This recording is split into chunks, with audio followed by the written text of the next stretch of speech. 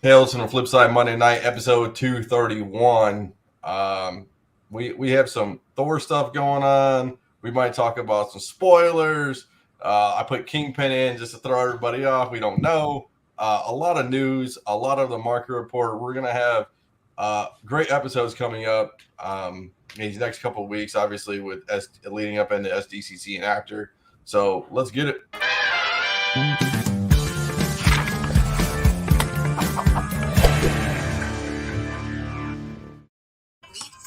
Oh, we're falling asleep, bro. That's what we're doing. Actually, I tuned into the show and I got an ad. Oh, hey, thanks for giving me your money, man. I appreciate it. I'm joking. Shit, man. So this is what we do. We're out here just trying to contain all this news that keeps getting dropped sooner and sooner. So that's it. Are we excited? Are we pumped? I mean, I know Chris is because Chris working the damn thing, but I don't know, man. I mean, I haven't seen Thor. I know you three have, right? Have you seen it? I did. I saw it Sunday. Holy smokes! I rarely do.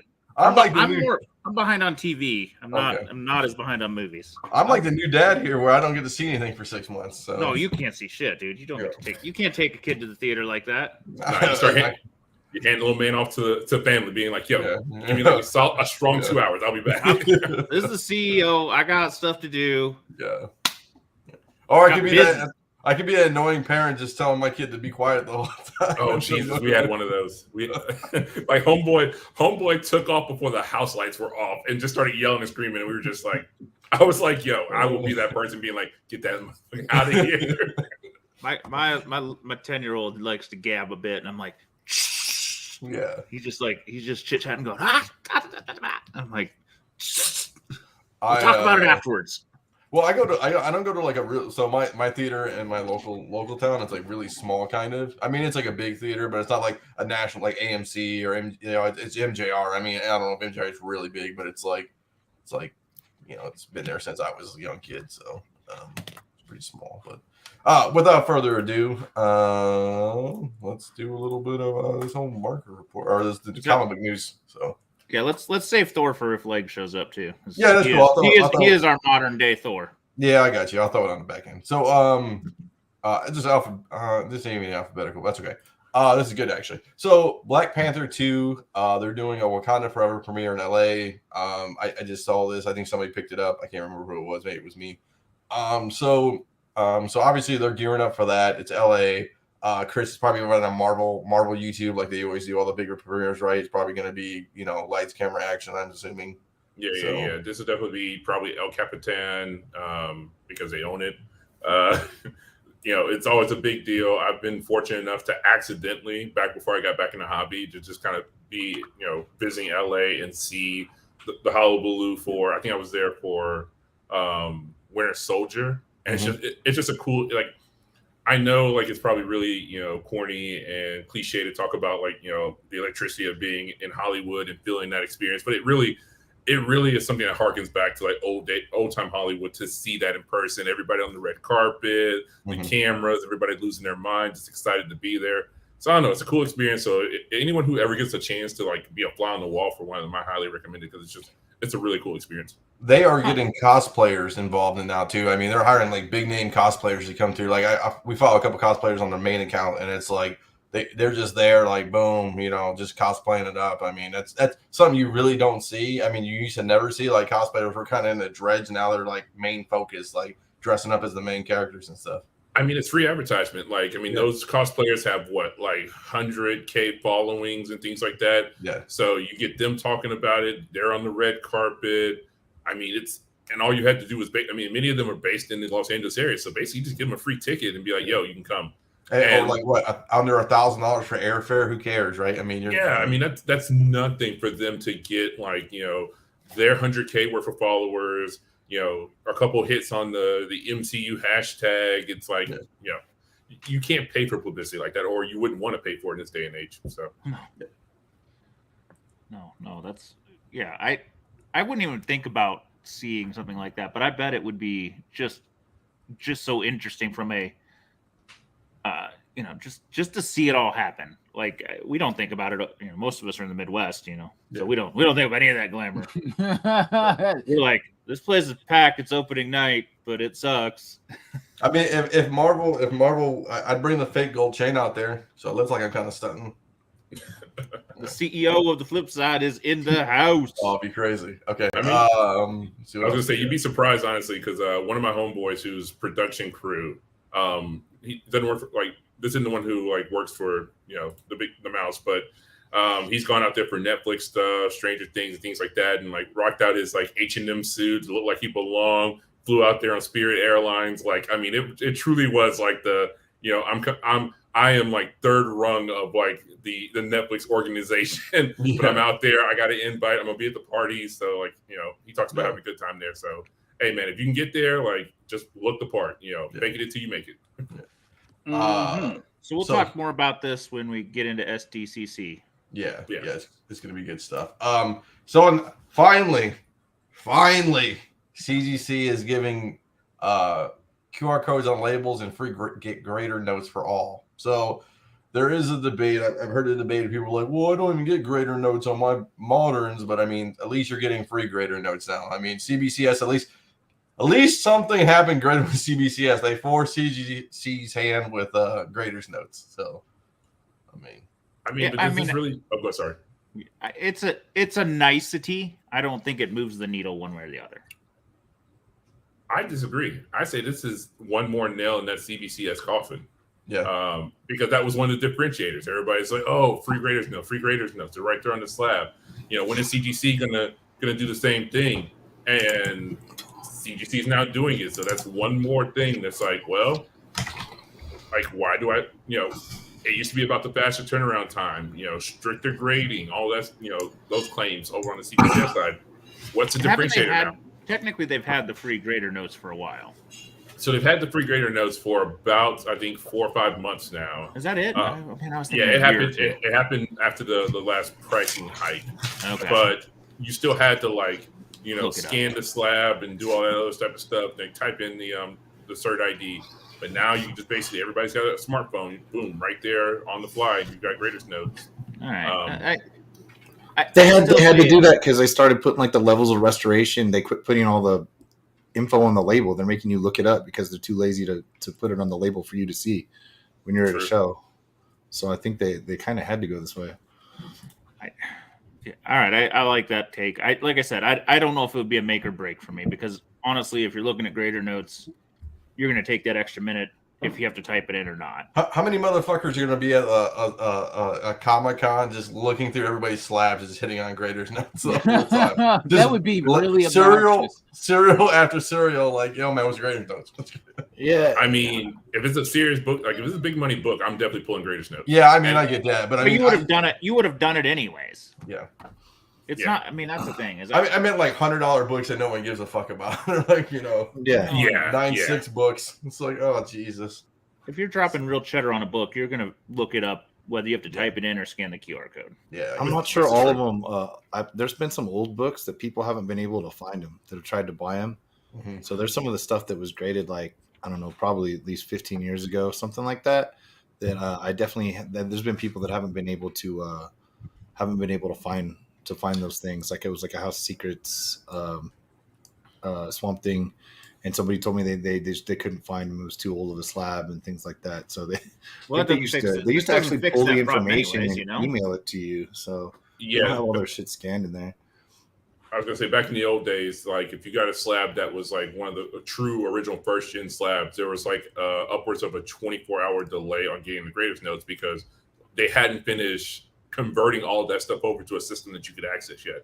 I straight up called them one time. I was like, "Yo, I paid for these graders notes. Did something go wrong?" They're like, "No. It's such an old slab that we have to actually go and reference potentially paper written down notes and convert them into graders notes at this point." Straight microfilm.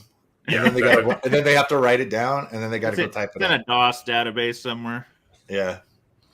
And by the fourth line of writing it down off the microfilm, they just get lazy, so that's all they send to you. Yeah. I saw this. My time is shot. I'm sorry. Can we go back? Yes. this comment is just laughable. Oh, I mean, Can we go to that one? you want to go to that one? We'll go to that news bit. Okay, so the pro is offer, or they're doing Amanda Connor custom CGC labels with the pro. I did say in the chat, a little chat earlier, I think they do these because this is an incentive for CGC to get in-house signings. They'll say, hey, we'll give you a label, and that gives them kudos, carte blanche to like, because theoretically, who would send a book in to get Amanda Connor to sign it, or what, or any book for an artist, unless it's like somebody who doesn't sign often, like Alan Moore Swamp Thing or something crazy like that. But it's like, I can go see Amanda Connor at 45 conventions, right? Like, well, I just think it's a different audience. This is people sending in a pile of moderns that they're going to flip. This is not fans doing this. These are two different ballparks. Honestly, CGC is stealing a lot of money with these in-house signings from the guys that used to, make a living pumping slabs at conventions, getting SIGs. Yeah. Mm-hmm. I mean, a real fan's going to go see the person anyways that wants the SIG for the experience. I don't think the label's going to shift that for him. Well, especially these labels. So I will say about that, as somebody, I mean, many of the people on this panel attend Heroes Con and whatnot, which is the true like signature con, like meet your favorite creators. If there are certain regions where like you just don't get that type of love, so like this is really like your only option to potentially get a slab. I mean, yeah, it would be nice to have the experience of chopping it up with them real fast, stuff like that. But like, I mean, for the longest, if you lived in like Tennessee, Mississippi, Alabama, I mean, like there are states that have no cons. The nearest con is like a 12 to 13 hour drive, and you don't have the means for a hotel. The 3-day pass, making it a weekend kind of thing. Like, so I mean, like you're willing to pay the money because you'll never really have the opportunity to see this person, face to face to get that signature. And maybe you are that big of a fan because, I mean, hell, everybody who was at Heroes Con, 3 years back, like on the West Coast, nobody cares about Sinkovich. At Heroes Con, motherfucker had a line that was like 10 hours long. Yeah, and he's at all. He lives here. He's at all of our cons too. Yeah, exactly. Like regionalization matters. Regional bias that we don't know about. Like your boy Zurcher. He goes out of Indianapolis. Robert Hack doesn't leave, Zurcher doesn't go anywhere. Yeah. He hasn't signed anywhere. Yeah, Robert Hack doesn't leave Pennsylvania. I mean, but you could see James O'Barr every 3 months where you're at. Yeah. But he doesn't go West Coast that often, I'm sure. So can you get this with any Amanda Connor work, or just if you submit a copy of the pro? Any Amanda Connor work from the way it reads. Okay. So you can have a Harley book with this? All right. That'd be hilarious. I mean, you could if you really wanted to. Well, I'm just saying, I mean, obviously her body of work is strong, but like, all right. Yep. I mean, Harley and dick-sized jokes might actually be a thing, but so I guess that's not as big of a stretch as some of the other ones, but so I mean, I'm surprised considering what they will and won't grade it sometimes, this isn't like, I mean, this clearly isn't something. If you listen to me for years, this isn't something that like offends me. But it's something that surprises me. That some Barbie books, Jesus. Oh God! I'm just surprised that this is a route they're going to go with it. I know the nature of that particular book, but like to make a custom label out of it, it's a little. Right. They're not trying. I mean, I feel like with the success of, and this honestly, to try and read the tea leaves a little bit, this screams that the pro finally might have got picked up by somebody. I thought it was again. So I stopped following it after like the third time that it got option.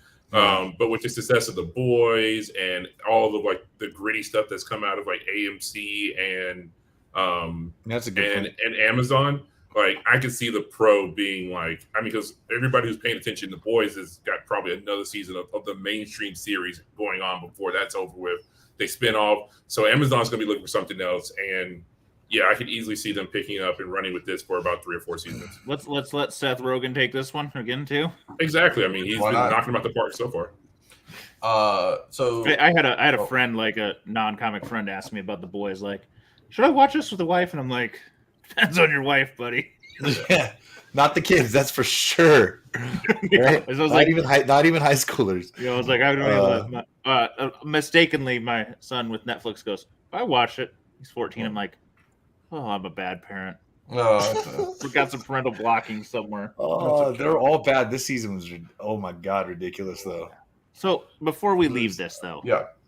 is anybody gonna want to see BCS custom label as the comment was talking about? I don't want regular labels. I don't give a shit. Yeah. I mean, that's their problem to begin with. Is the label is a big Dude, one. no kidding. I'll bring back the rivets. Bring back the rivets. Let's go. Pretend they're custom. Fuck, You put could do an Beckett on Iron it. Man with rivets and be awesome. Yeah. Tales of Suspense 39 with the rivets on it. Rivets back there. Do you? I've got some rivets PC books that I'm not gonna like. It's Some not like, worth messing with. Newsstand 9.8s that I don't give a shit. Like I got I think a Mad Balls 1 Newsine 9.8, the Toxic Crusader 1 9.8 newsstand in there, and yeah, I don't give a shit. I was just happy to find those books in 9.8. I don't see them in 9.8 at all. You know what I mean? Especially newsstand versions of those like 80s kids books. That shit doesn't happen. So yeah, I'm not trying to cross over. Yeah, CGC's had some scary ass grading lately. That's all I know. So I've had some ups and downs. I'll tell you that. Ups and downs. You know what? I was wondering why my Pro Comics finally sold. Like just boy. today, I'm like, oh good. Boy. I'm so happy to get rid of this shit. I don't even care. Wait, which ones? The Pro. Oh, okay. Yeah, I I had know. like 2 copies up in the set, and they just they sold today. You know what though? The joys of books with like multiple options and hype cycles is you can pick them up and when they're cheap and hold on to them and sell them when they get announced again, and probably in another year pick them up cheap again. Yeah, You know, they're the gift that keeps on giving. I got this. So he or she, I guess we haven't really decided. How big of a role does MODOK have? Very big. He's Kang's advisor, second main villain in the movie. So, MODOK's getting some love finally. I mean, they didn't get a lot of love after the Hulu series, but people are talking about him again. So, which movie? This is Quantum. Okay. Yeah, so the rumor is that Corey Stoll, who was Yellow Jacket in the original, ends up, when he got crushed by the Pym particles freaking out, that ultimately he ends up in the quantum realm and becomes MODOK, or he gets converted into MODOK. I could actually get behind that being fun because Stoll is a funny guy. So I got that. Some stuff. Legion of Superheroes by Bendis. So this is that's his like passion project though, isn't it? Been trying for years. Yep. Yeah. So yeah, I have to. I mean, he's got a fighting chance now with HBO Max. Like, you bring any B and C tier character to them, they're like, sure, here's $10 million, make it happen. Yeah. Yeah, I mean, it could do something. I mean, they were the Legion was featured in the last season of Young Justice, so slowly growing some exposure. There's the original cartoon is streaming on HBO Max and has been since they have been there. So I guess if they're do a nice mid-budget type thing, they can slowly develop that property. So. Okay. I'm gonna move some of this stuff around. I'll just do a little bit of thumbnail. So I didn't read too much into it. I don't want to spoil too much. But MCU rumors reveal big plan for Kingpin. I mean, we all know this kind of. I mean, he's a great character on the screen. Obviously, Not Hawkeye. dead? No, so I mean, so for anybody who's paying attention, he and Charlie Cox have been confirmed by like not just like your B tier comic book like outlets, but like the Hollywood Reporter and Variety have confirmed that they shot scenes for Echo. Yep. So we'll see how that goes. Here is a clear look of the new She-Hulk. So when does this start again? August. Yeah, like August 16th. God, I got like 4 copies to grade. I got to send them today, huh? Yeah, Man, Yeah. you better off just letting them go. yeah, pretty much. They're nice, dude. I'm waiting forever. I just Yeah. took a month off though. Jesus. I brought this up, and it's not a dig at Sony, because of the state of this slate. This was an interesting thing I picked up. So Kevin Feige actually does the notes on every Sony movie. He still gives them. It's interesting how he does that still, even as a competitor theoretically in the space. So this is just a kind of a. If you go to, I can't remember where I got this from. If you go and see that, you'll see Kevin Feige gives still notes to this day on Sony released movies. So Do you think he goes, please pan this idea? You want to make Craven an animal lover? Morbius, why? Full sabotage, dude. I got hope for Black Adam.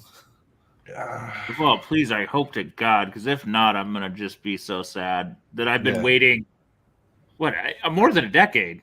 Yeah, dude, a long time. This came out like when you and I had met within the first year. Yeah, and that's dude, a long time ago, my friend. I was pulling Shazam 27s because nobody wanted them. Yeah, for like $3. Cost 28. Yeah, 27 Kid Eternity. I get them, whatever. So Shazam 28. Yeah, literally pulling them. I remember I pulled 4 out of 1 back bin at Heidi-O. I was like, all right, I'll take these, and just waited, and then I don't know. Well, I mean, I waited years and years for a Marvel family to pop up because they just weren't coming up because nobody cared and there was no money in it, and it was just like one of those books that it was like the Charlton books. Nobody cared, nobody was looking for it, so nobody was selling it.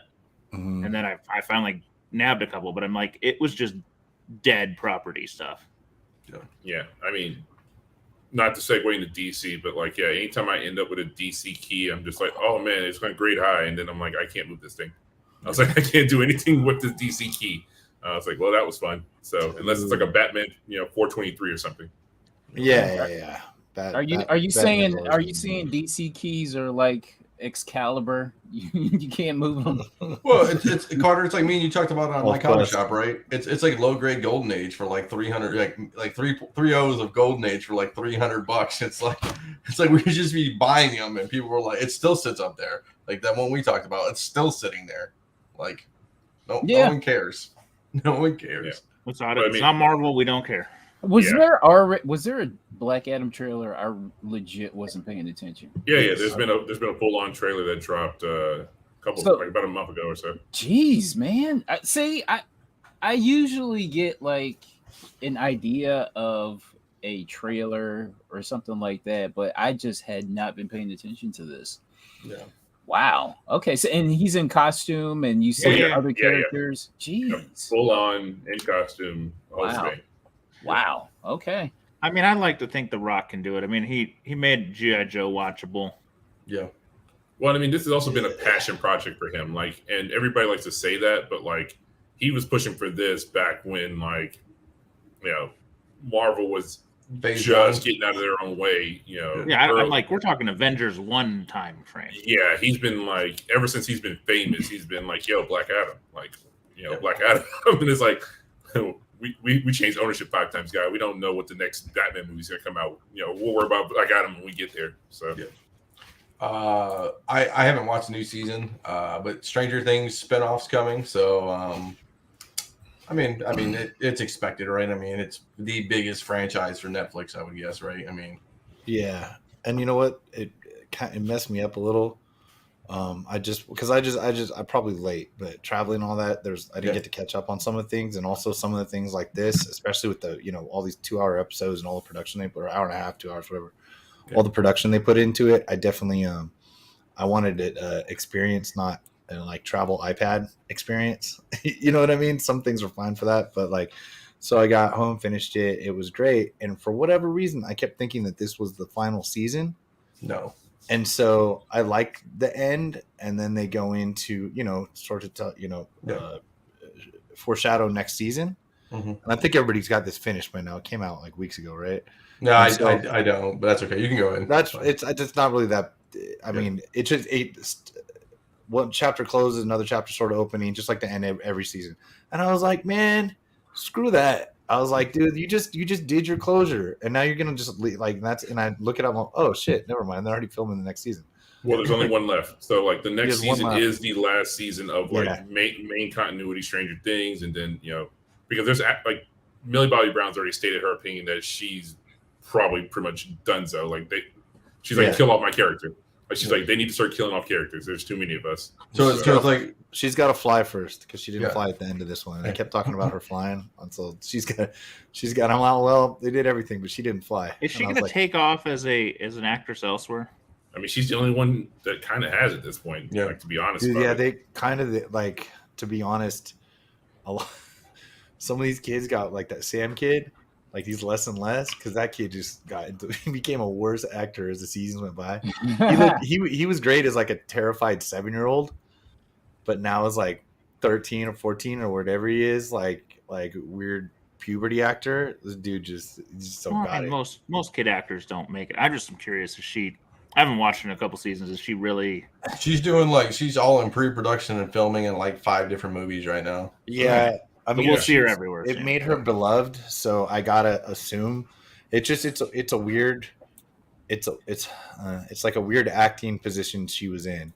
Like you're playing, you know what I mean? You go from like playing, I don't know, almost dumb because she couldn't talk like a regular person because she wasn't raised the same as everybody else. So she's this rudimentary English stuff. So she's doing things with expressions. But like is real, you feel her passion for her friends more than necessarily, full, I guess, like, acting chops, long dialogue scenes and stuff. And it just, watching kids grow up is kind of the and win is the fun part of this and everything like that. And it was, although they got that campy, the surfer pizza guy and stuff like that. So they still have the campiness, but not quite as much as the mall one. That one was the only one that was a little tougher for me, but yeah. And I did like how they had everybody else. I figured I know they'd get together at the end, but like, fighting the battle from all the different places, but and it was really nice to have each episode like a whole freaking movie.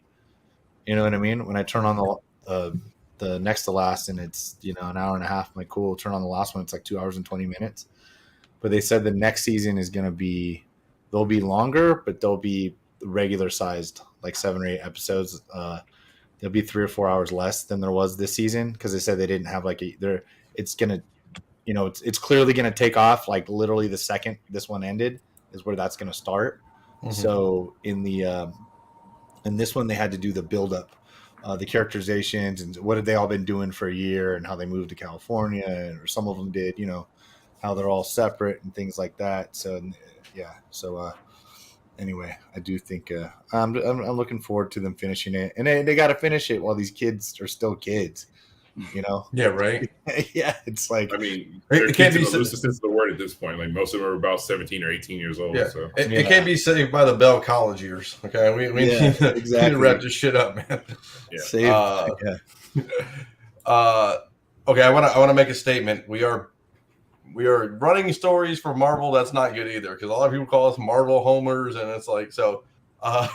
So video effect artists are refusing to work with Marvel due to stress and unrealistic deadlines. I mean, hey man, Kevin Feige, man, he's out here just destroying people's lives. That's all day. I mean, and it's kind of across the industry as well. Yeah, like, Marvel's the worst about it. So they crank out. I mean, so if we step back a level, it's not just Marvel. It's Disney as a whole is terrible about this. But I mean, we all saw it when everybody freaked out about ugly Sonic, and then 3 months later, they didn't even push the release date, and they redid the visual effects for Sonic in 3 months. Yeah. Like some South Korean studio didn't sleep for like 3 months because of that. Like, it is what it is. And the thing too is like Disney can put all their fucking documentaries out there with Lightyear and how it's made, and it's like we make it with passion and love and all this stuff, and it's like you don't see the we're not working, we're working 24-hour shifts and we just sleep in our cubicles, and it's like I mean, their production staff, like the people who are hands-on building stuff, costumes, set design, like they don't know which way is up sometimes. Like they straight like. My people who are doing that work, they're just like, yo, man, like I couldn't tell you what I'm working on today. So I'm just building shit. So this is a good thing. So not a good thing, but this is an interesting point. So you see a lot of accidents happen like around movie sets and stuff. It's not due to like mishandling things. Usually, it's due to like overtiredness and exertion and sleep deprivation. Like you see these like people who like all these actors are like that's why they hire drivers to drive them around because they're on set late. They don't want to drive themselves home, which I get because they're working 21 hours and all this crazy stuff. Same thing with all the other people, man. It's like poor people have accidents because they're sleep deprived. I mean, it's true. I might have missed the comment, but I'm like, if the VFX artists aren't going to work, they will just find others. Yeah, there's no union. There's no union in this thing. Like you're not gonna, You can find them in other countries that'll probably work cheaper. Yeah, and they can do it. And if they have talent, there's nobody making you go to the office anymore. I mean, that might not be true of some of the major stuff or the top guys or things like that. But like you can find people that you can all over the world to do this job now. Well, and you don't have to. Yeah. I mean, especially with like computers and graphics cards getting like back down to earth and not moon prices. Hell, I mean, you can just build your. I mean, Disney just sends them computers or whoever, Marvel, and just here you go. Well, so they're probably not with the big stuff. Let's be honest. No, yeah, I was gonna say there is a little bit of a double-edged sword though. So, all the people who are boots on ground are unionized. Like they have, they've been protected since the 1930s. The VFX, the technical, the people working on set. Yeah, your grips, your production people, your light and makeup, all that good stuff. VFX, I think, also to a certain degree has a certain level of unionization, but even still, keep in mind, so let's say you send it, you're having this stuff done by a VFX studio in South Korea or somewhere else because you're getting it cheaper, and that's when shit starts to leak out because the more hops that file has, the more likelihood that it's going to end up, pilfered, and somebody's going to get a look at something or information about something that they don't need to be knowing about too soon. So you are kind of like in a double-edged sword scenario because when those American and other VFX shops are like saying we won't do the work and you send it overseas, then you don't think Marvel could just pay for them to come abroad if they really wanted to? Definitely not because that pretty much negates your cost savings of having them do it in South Korea, in Japan, or where? Well, not Japan because the yen's worth more than $1. So it's basically South Korea and Singapore and stuff where you're having this stuff done. Little SCC knowledge for people. I'll let Chris on this one. This is all you, buddy.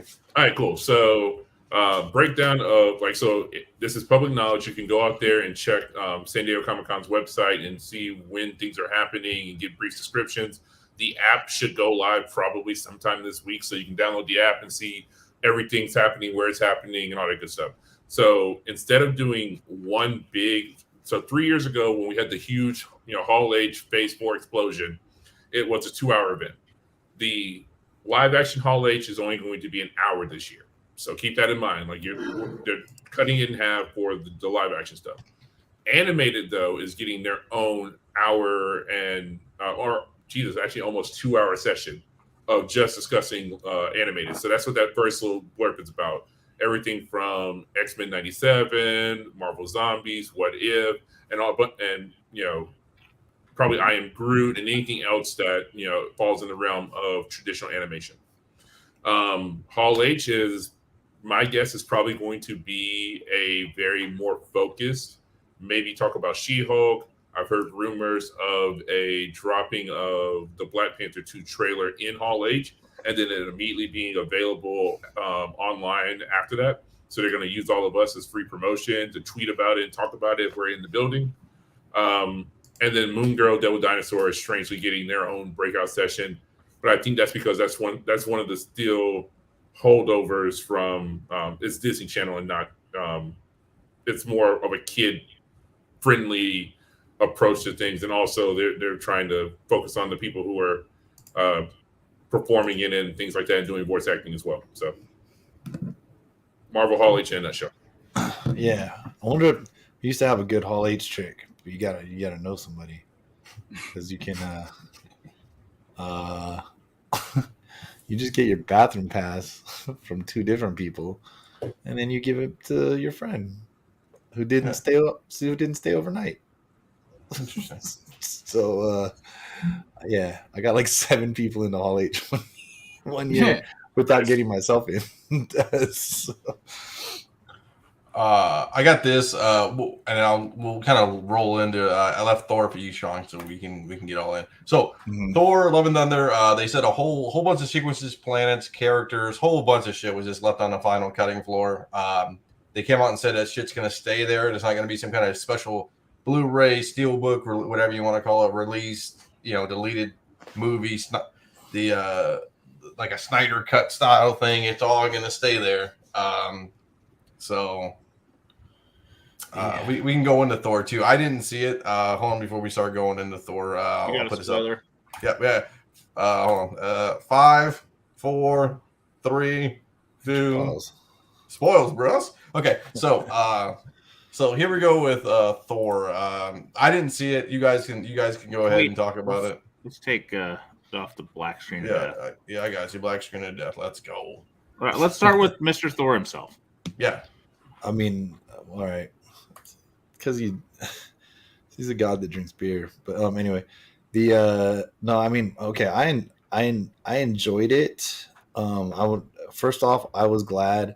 Unlike Doctor Strange, this didn't feel tied to any Disney Plus stuff. So, like, I know people that didn't see WandaVision that were confused about Doctor Strange, and like I thought that really sucked, especially as hard as they advertised that movie. Yeah, it just didn't feel very. This wasn't standalone. But they almost made it standalone. Whereas they literally did callbacks to make you remember like the relationships between Thor and Jane and everything like that, So they told the old stories. They did a lot run with it. I did think because of the commercials, it was going to be a lot more Guardians heavy, and it literally was 1% Guardians heavy.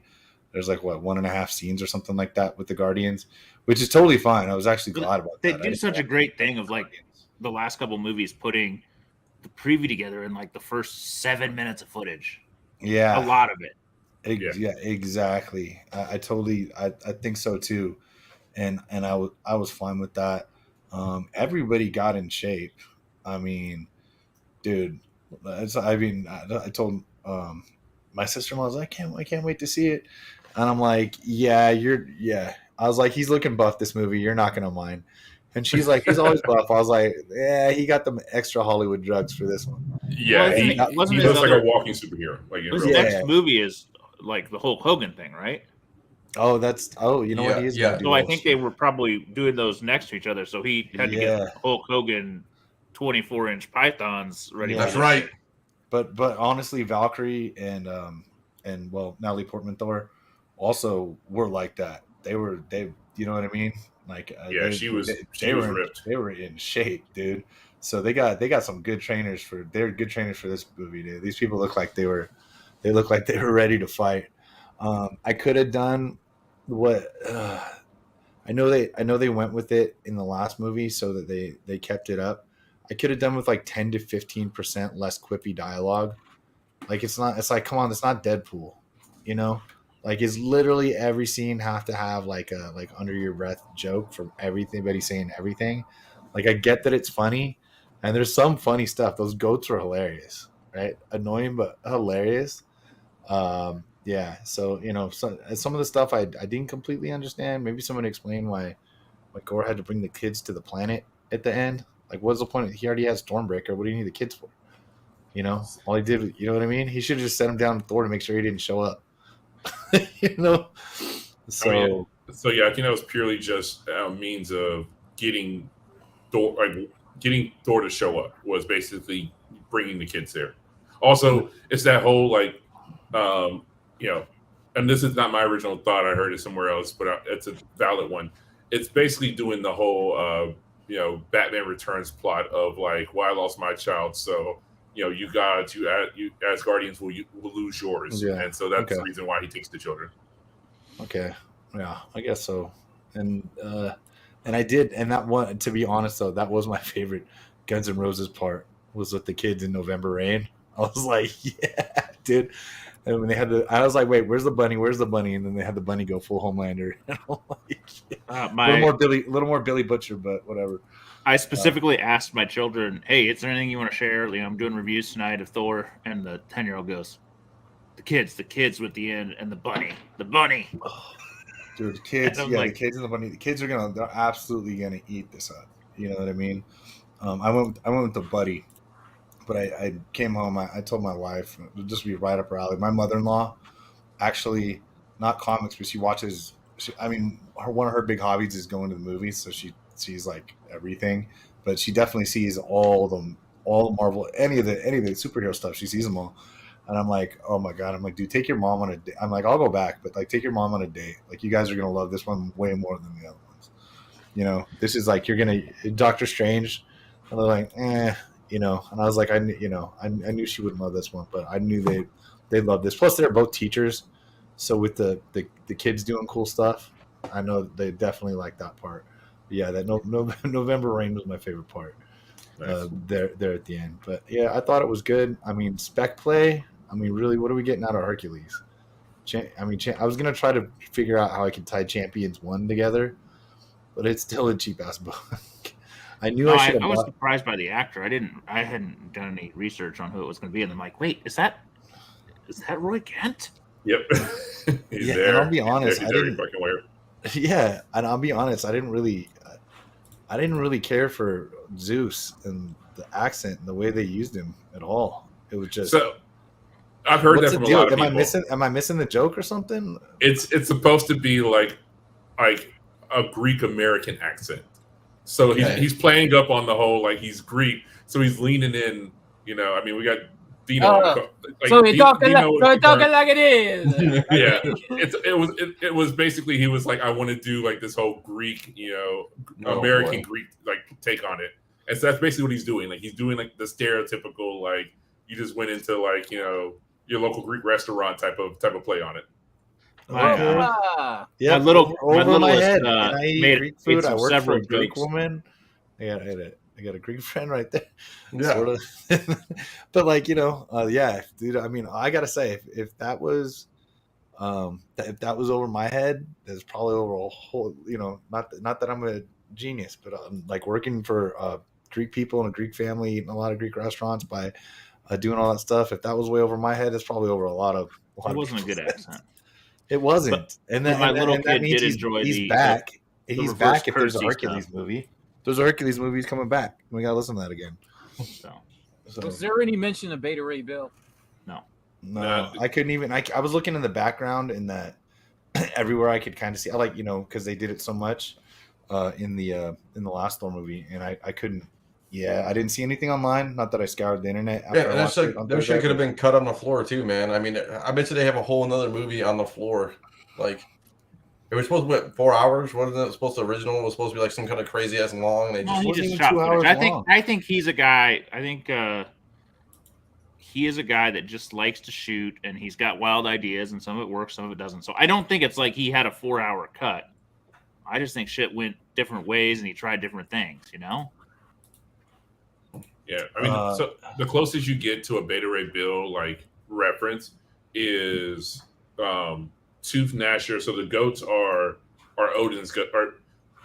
They're a reference to Odin's goats from the Ballad of Beta Ray Bill when he was first introduced. Tooth Gnasher and Tooth Grinder. So that's a Thor 337 kind of reference, but otherwise no Beta Ray Bill, nothing of any. But that doesn't mean that won't happen in Thor 5.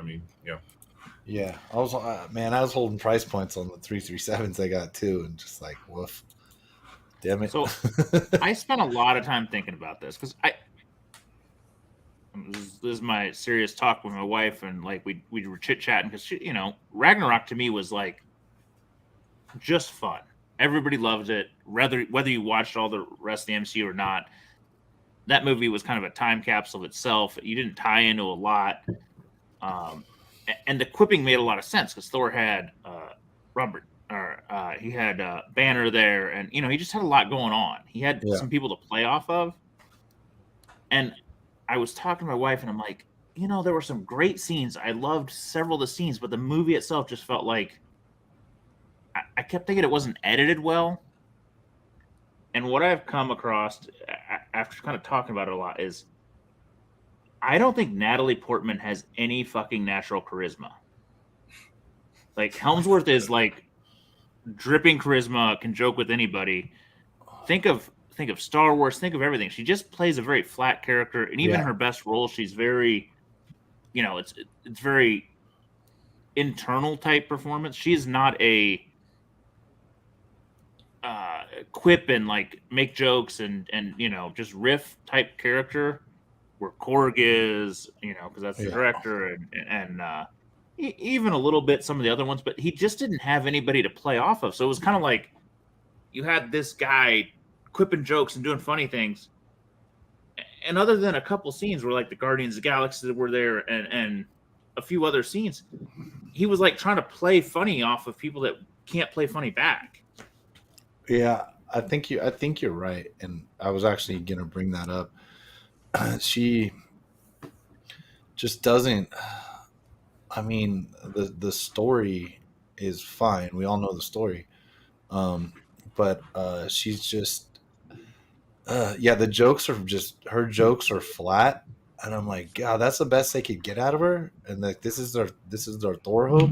Like they're just flat. Like the dialogue gets flat when she's trying to think of her taglines and shit, and then she's and it's like I don't know. There's something that's just that she's just not as up to it on there. And then it's like, okay, oh no, Sean, you're supposed to remember that they're bad jokes because she's a scientist and she's really smart. And it's like you shouldn't have to talk yourself into it. She went to Or Harvard, because Sean. she's a scientist, maybe she should be smarter and figure it out. Like you did. No, I just don't think. I have no problem with Natalie Portman. I just don't think this is her kind of movie. Mm-hmm. I don't think she's built for, somewhat ad-libbed comedy. No. And it just was like he was playing one-sided. Yeah. Like his best scenes. Well, him and Zeus were pretty funny. Him and Korg are always funny. Yeah, him and Valkyrie were fucking hilarious. Right off yeah, but he didn't have that, He didn't have anybody to play off. He didn't have Hulk. He didn't have Banner. There just wasn't. It's kind of like watching a Hulk movie without anybody but the Hulk. It doesn't work right. Yeah, the straight man. I mean, you got to have that complimentary figure on the straight man. If it's just blandness, right? No, and I kept thinking, like, is this a bad cut, a bad edit? And I'm like, no, I just think this is not against her as a actress. It just wasn't. It's not the role she's meant to play. So it's a tough movie for her, and it just didn't. It didn't sit well. Like you're trying to put a dramatic actress in a fucking wonky space Viking comedy, Yeah. All right. Yeah, and she could have done a female Thor movie fantastic if you gave her like act on the cancer and the they were just trying to meld two movies together. It didn't work. Yeah, so you think it was better? It would have, like, if she did it on her own. You think it would come off better than playing off Hemsworth? Honestly, if you would have done it like Thor 2 and the Branagh type stuff, and it was meant to be a bit of a. I think we need to stay far, far away from that. Like... No, but you know what I mean. It just this iteration of the Ragnarok and the Tiki and the Helmsworth is not who should have done that story. I don't think. What's the name of I forget the name of her buddy with the glasses that was in WandaVision. Jesus, I was gonna say Dr. Stelvig, but no, this is Darcy. Yeah, I literally find her 0% funny in any of these. I just can't. It's just I don't know. I mean, her jokes are for people who enjoy Two Broke Girls. Like, let's be real about it. That's for the Two Broke Girls audience. That ain't for us. 100%. And like when she was in the beginning of the movie, I'm like, oh fuck. And then she was out, and that was it. And I was like, yes, all right, thank you. I don't know. I said, there's way too much in WandaVision, way too much in this is Dark World, right? So, or I mean, all of them, but there's a lot. I know. I personally enjoyed the movie. By no means was it as good as Ragnarok, but I think Ragnarok benefited from the fact that we had zero expectations. Like, we truly went in there being like, it can't be any worse than these last two, because Dark World was hot garbage. So I'm not saying I didn't like it. I thought it was good. I just you were going in with like, oh, the team is back. We're gonna see some Guardians. We're gonna see some. Well, things that also has changed, like outside of the movie, things have changed in Hollywood from the people who were involved, specifically Taika Waititi. Like Taika went from being like we'll give him a chance and see what he can do. He's been pretty funny with things like What We Do in the Shadows and whatnot, because that predates Jojo Rabbit. So he had really done What We Do in the Shadows and a little bit of stuff here and there, but nobody had ever given him like this much money before in a movie. And now 4 or 5 years later, since Thor Ragnarok, he's everywhere. He has saturated the market as an actor, as a producer. Like, you can't flip through 3 channels without hitting something Taika Waititi related. And when you've gotten to that point, it's the nobody's going to tell you no scenario. Like, there's nobody, I think, really wrangling him in. And I think, the jokes definitely, there were funny jokes. But before you could, finish enjoying the last joke, here's another joke. And it's just and then it starts to cause me to question, you're like, well, was that last joke funny? Because this one wasn't as funny. It's just, he was putting a hat on a hat in a couple of scenarios. And it's just I love it. But it's when Kobe's hot, you let Kobe shoot. So that's the issue. It's nobody's going to tell the man no, because look what I did with Ragnarok. Look what I did with what they did doing, what they do in the Shadows. Our Flag is Black, or whatever the hell the name is. Reservoir Dogs. The dude's actively has 6 properties going right now that are the top watched stuff on television. It's you're not going to tell that dude no. So wait, is this like a hot new variant artist burning themselves out? Yeah, honestly, it's kind of like that. So here's the other thing too. on movies. So here we go. He did say he'd come back if Hemsworth would come back, which is interesting, right? I like. I would rather watch him and Hemsworth do another movie than anybody else. Yeah, and I said about the joke on joke. I said I wish there was 10 to 15% less, and I think that might make up for what you're saying, putting a hat on a hat. You know what I mean? Let's have a couple serious nights every once in a while. Yeah. Just a little less. I like where they went with it. I enjoyed the movie. Yeah, I had a good time with it. No, it's not Ragnarok, but I can't. Not every movie has to be the best movie of all time. So no, So I enjoyed it. I liked that it was standalone. You could, if you didn't know anything about Thor or Marvel, the way they retold the backstories and kind of filled you in. To a degree, and even a little bit with the Matt Damon play roles and stuff, told you a little more. You could anybody could watch this and enjoy it, so I did like that about it. I liked that it was sort of standalone. What you guys think of Gore? It turned me around. I was making the mistake that many comic book fans make, being like, oh, he doesn't look like he does in the comics. But when you take a step back, you realize why they didn't do that. Because no matter what anybody says, there would have been Voldemort comparisons if he showed up with no nose. All white dude doing mystically type, dark realmy type stuff. Yeah. It would have been fucking, that's British, would have been fucking Voldemort. And that's just what would have happened. But, he was honestly my favorite part of the movie. That segment when he is, when you have the classic, I'm the villain and I'm trying to endear my captives to my side and be funny.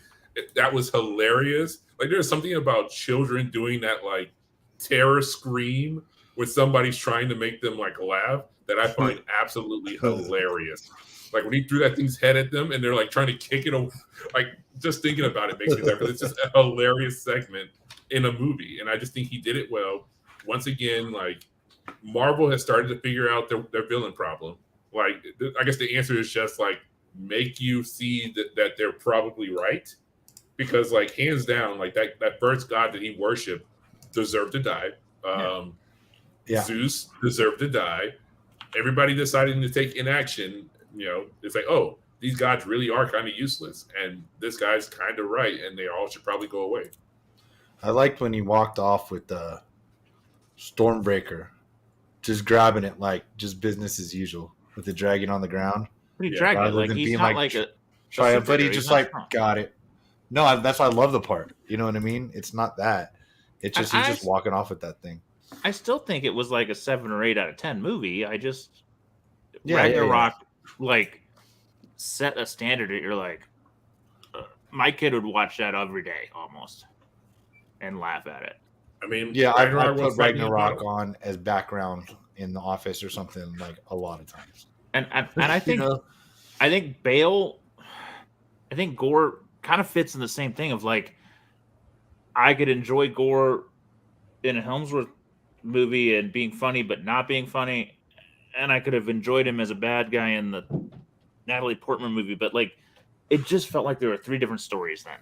There was a little bit of a tonal issue, but I think that's also because of the fact that they got a little afraid because like, and again, like shout outs to Christ, I can't remember their YouTube, but it's one of the other pretty Comic Pop mentioned this in theirs, and it's a valid point, is that half the universe being snapped away, though that made for a very heavy segment, is unrealistic. Everybody here knows somebody who has either struggled or passed away from cancer. And it is really hard to have levity in a film when you were doing something very real like that. And so you kind of got to get the hell away from it quickly. Like you got to establish that it's real and it means something that matters. But if you don't want to bring down the entire room, you got to get away from it. And I think that's the issue, is that they're like, we can only dwell on this so much because like this is going to hit home for everybody involved. And we kind of just like, we want this to be the Thor fun movie, and we can't tell the Jane Foster story and also have it be the continued Thor fun movie if we dwell too much on she has cancer and she's probably going to die. Right. Yeah, and I think that's just, and I don't know if I would have liked it if they didn't do it. I think it was hard to cram together. And I think we're nitpicking the details of, if you put it in the Marvel movies, it's definitely the top half and probably still pushing the top third. Yeah, easy. Yeah, easy. I mean, Dude, in a phase 4, third, it's dude. probably 2. Like, it's number 2 of all of phase 4, in my opinion. Right behind No Way Home. Which one's better? No Way Home. Yeah, okay. I was gonna say Spider-Man probably. Yeah, it goes No Way Home. This. I still disconnect Sony to Strange? a degree.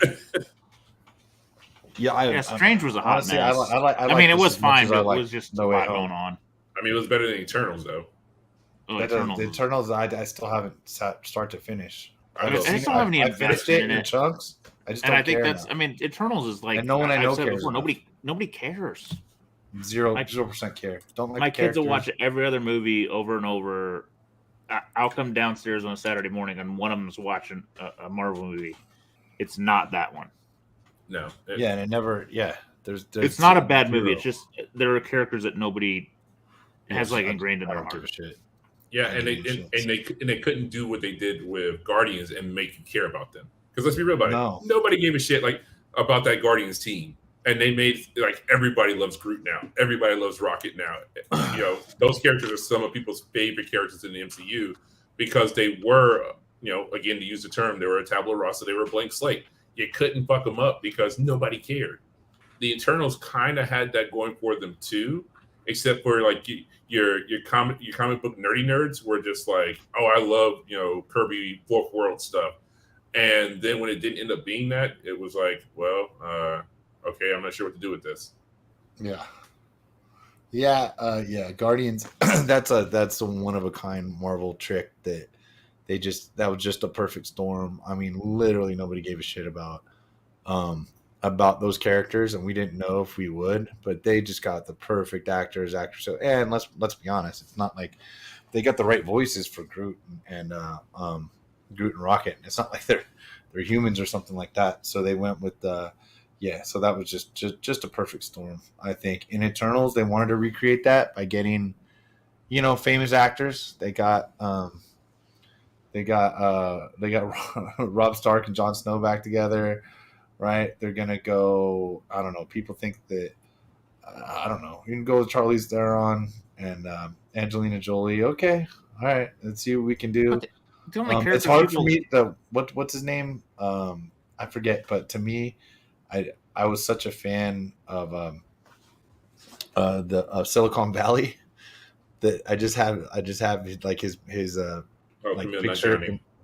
Yeah. So to me, he's that. So it even threw me I off was a gonna little say like bit. he was the standout of Eternals. Him and um, Gilgamesh, Yeah, which were like the non-stars. They were the ones that stood out because that was the Yeah. Marvel part of that movie. yeah, that's And true. it was kind of like Kenobi, where he's in that role, and my kids are like, "Wait, he's also playing an actor, sort of," and like, Yeah, but I don't know why like he stood Kenobi. out as something different. Kenobi's gonna trust him with everything in the universe because he met him as a liar and a fake Jedi. This is I'm not- hustling money. I'm just saying, I think that that's part the of kind Kenobi of bothered me, but all right. that's the kind of performance at character that like gets you interested. The rest of them were flat. And I don't know why we're reviewing Eternals. It just Yeah. I mean, it was flat. He fit the Marvel Marvel mold, as you said, John. Like he was a very Marvel character or portrayal of a character, whereas everybody else felt like they kind of more belonged in a DC film. Amen. That is probably it. A bunch of DC characters in a Marvel movie.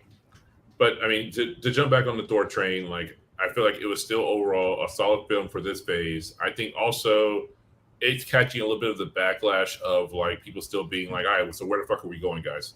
Like we still don't seem to like know after at this point, what, 4 or 5 films? I mean, because we've had Black Widow, No Way Home, Doctor Strange, Eternals. I feel like I'm missing one. I think Thor is the 5th movie at this point. And with that, it's like we still don't really know. I mean, Loki kind of tipped us in a little bit, and No Way Home kind of dipped his toe in the water, and Multiverse of Madness kind of did the same thing. But it's like, I mean, it kind of seems like we're headed towards Secret Wars 2015, but yeah, we feel like we're treading water. Yeah, and I really hope that that's one thing that we get out of next Saturday with the Hall H presentation is like, all right, guys, tell us where the hell we're going. Throw up that like everything's going towards Kang or the incursion that's being caused by, you know, the timeline being in disarray. Like, I mean, the fact that like they're actively filming Loki season 2, meaning that we'll probably get it at early next year, leads me to believe that they're leaning heavily on Loki to kind of drive us in a direction of what the hell's going on.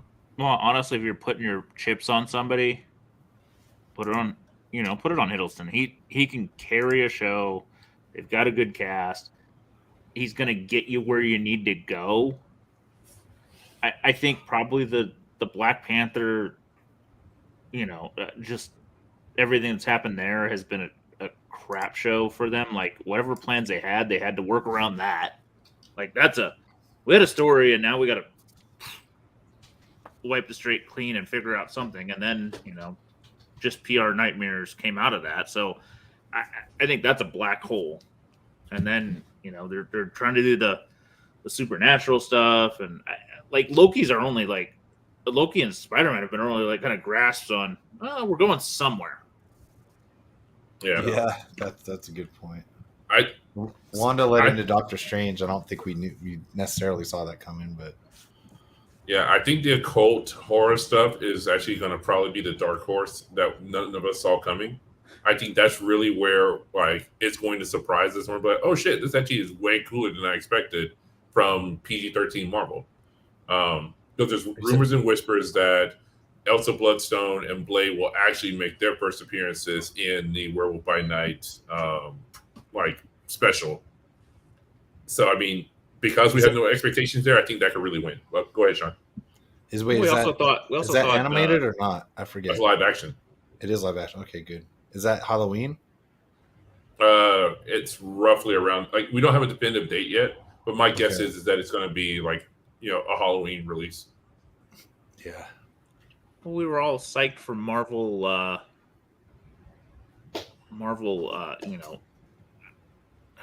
What's Cosmic Marvel, and then James Gunn left, and we're all like, do we care as much? Well, but I mean, he came back. I know, but it's just like I think the tonal shift between Guardians of the Galaxy and Captain Marvel, and then they've just kind of let it flounder. There's been nothing there for so long. that we've kind of forgot they're also shooting for cosmic, because the Eternals felt cosmic, but they weren't. I mean, Thor's kind of a gap bridger. Yes. It doesn't tie into anything else almost at all, which is great. That's cool. I mean, I don't know. I feel like the cosmic stuff, in the same way that like cosmic was kind of ignored for the greater part of the entirety of Marvel's existence, like they never really could get cosmic off the ground until Annihilation, and then it was like, oh shit, cosmic matters. I think that's what's going to kind of happen. We're going to get, we'll have Guardians doing their jokey, quippy shit. I don't think this next Guardians is going to be as jokey and quippy, because from all factors point to we're going to be losing some Guardians characters. Like some people are going to die, possibly Rocket. This is probably going to be the death of Rocket. It's going to deal with his origin and the High Evolutionary probably. So this is going to be probably a kind of a downer. Drax is done. Yeah, like this is going to be probably more of a downer type of movie coming out of like Guardians. And then they're going to introduce him, and whispers and murmurs that Nova will also potentially be introduced out of that movie as well. Yeah, I just think they've left us floating for a long time, and it's hard. And we want to where's the direction? And I think we thought Thor would do it, and it didn't, but it did what we needed it to do. Just give us a story to enjoy. Yeah, man, I'm with you. I think you got to be right there, Chris, on horror being the dark horse. That's always been my hope anyway. Or not even there being the dark horse, just on them making it. See some of these modern directors and such go with it on maybe some Ghost Rider, Man Thing, clearly Werewolf. I guess we got Morbius, but yeah, really hope that works out and they can do it right. If we please let Sony just sell the rights back. Oh. I mean, all signs are pointing towards like, I don't think they're going to sell them back. I think they're going to sell the whole kit and caboodle to Disney. Like, yeah, I know. I'd be willing to put a bet on that one, that this time next year, if not at the latest 2024, once people have fully recouped from downslips in the market and things like that, is that Sony is just going to get out of the filmmaking industry, the filmmaking business, and sell that part of things over. And whoever's the highest bidder can have it. They can't do anything with the other properties. They just we've seen it, and we have no faith in the next couple. I mean, it's outside of even like the Marvel related properties. Like, I mean, Uncharted wasn't good. Like No. it was decent, but it wasn't a barn burner. It wasn't anything to write home about. And most of the other stuff that Sony's put out hasn't been good in years. So, and honestly, from what I understand, I mean, again, I'm not the resident attorney. Film law is not my thing, and IP law. But I'm pretty sure the rights revert back. If they sell off the film industry stuff, those don't continue on to the buyer. All that goes back to Marvel, like carte blanche. So yeah, I mean, at that Disney point, just has to buy the studio. Yeah, but I think they will offer it up to, like, the only person they're going to be willing to sell to is Disney, because they wouldn't be able to, if they tried to offer it up to anyone else and they don't get Spider-Man and the Spider-Man associated stuff in the deal, that's going to really weaken that sale. Yeah, so I think they'll be like Disney, you have to buy it, because we can't sell it to anyone else, because it'll be worth half as much. So which point there's not that many players on the block in the film land either. Yeah, I mean, that definitely hurts things too. I mean, if you're a small independent studio or just a smaller studio in general, there's less options to get stuff optioned and made, because they're only making so many, stuff coming out of the Searchlight, imprint and things like that. So, yeah, I mean, the plus side is at least they're streaming now. Yeah, true. I mean, so at least some of those moves can make it streaming, and you hit well. Yeah, no, definitely. Well, are we ready to segue to the market report, or do we have any more news left? No. Well, Dino left, so I don't know what news was left. So. I don't know what else we missed, though. Hopefully there's a market report for Logan. I don't know. Didn't look. Didn't you send one, right? I sent one. I didn't look if you put it up, so this could be interesting. Let's see. I didn't scroll through it. I don't have time. That's all right. I like to. This is going to be a little less serious. Yeah. I don't mind. And half the time I want to be surprised anyway. All right. Like, last time I looked is when I had a big auction to see if any of my books made it. Oh shit! Hold on. Oh shit!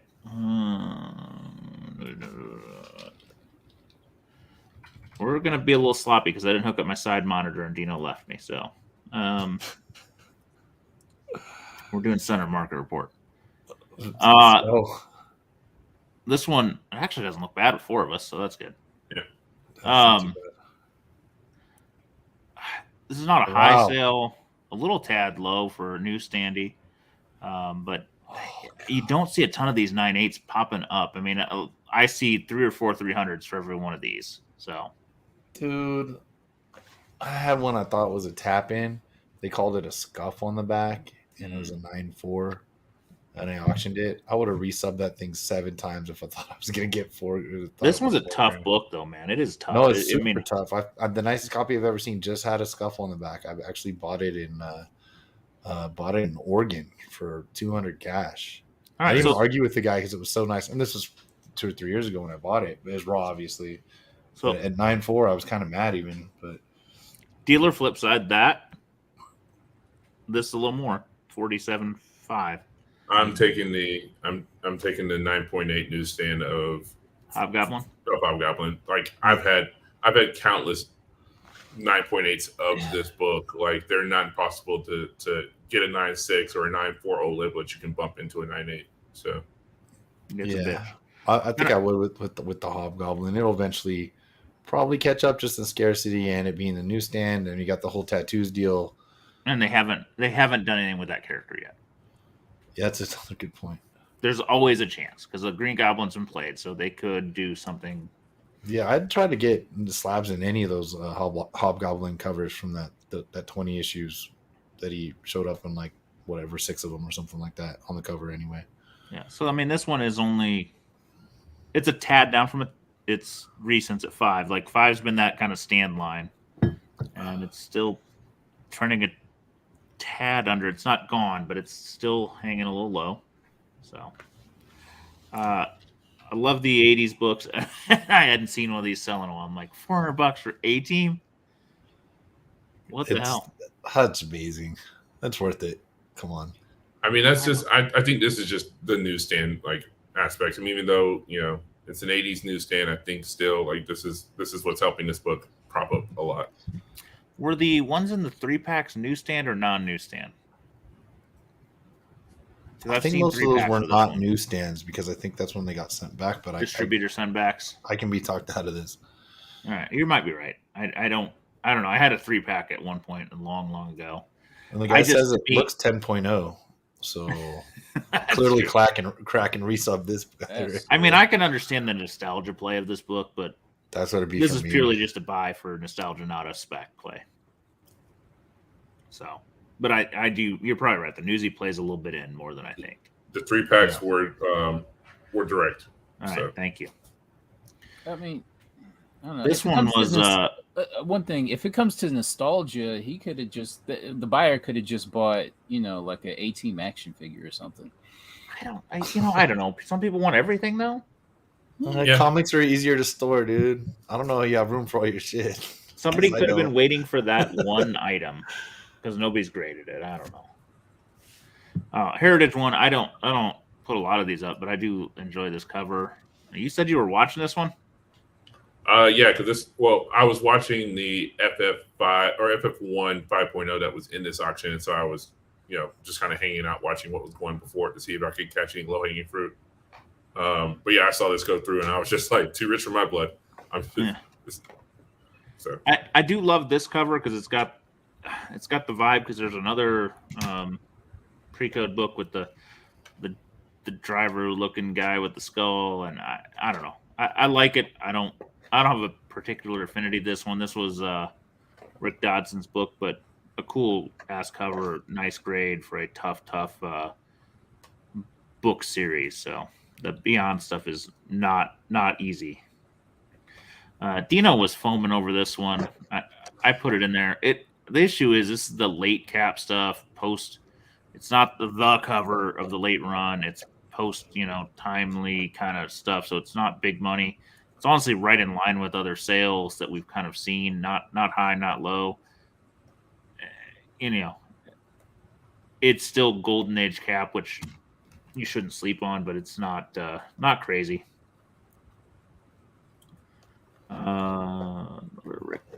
This one's also. I don't have anything to say about that one. I've got so. A couple of these popped up. Mexican pre-code, Chamber of Chills, and they actually threw me off because some of them were listed one way, some were in the other. Cuentos de Brujas. So I was just shocked. I don't know if he put any more in here. Hold on. I just got to see from anywhere else. I had sent 3 or 4 of them. Oh, here we go. He put them by American alphabet. But these are Mexican La Prensa. This one I love. This a 9.0. Jeez, dude. A 9.0 of this in the US would sell for some number I don't want to talk about, just with that deep purple, the eye, and this the Grim Reaper. What year? 50s.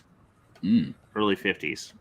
Okay, so the comics code was pretty much an American thing. So were foreign comics able to stay with the graphic horror or no?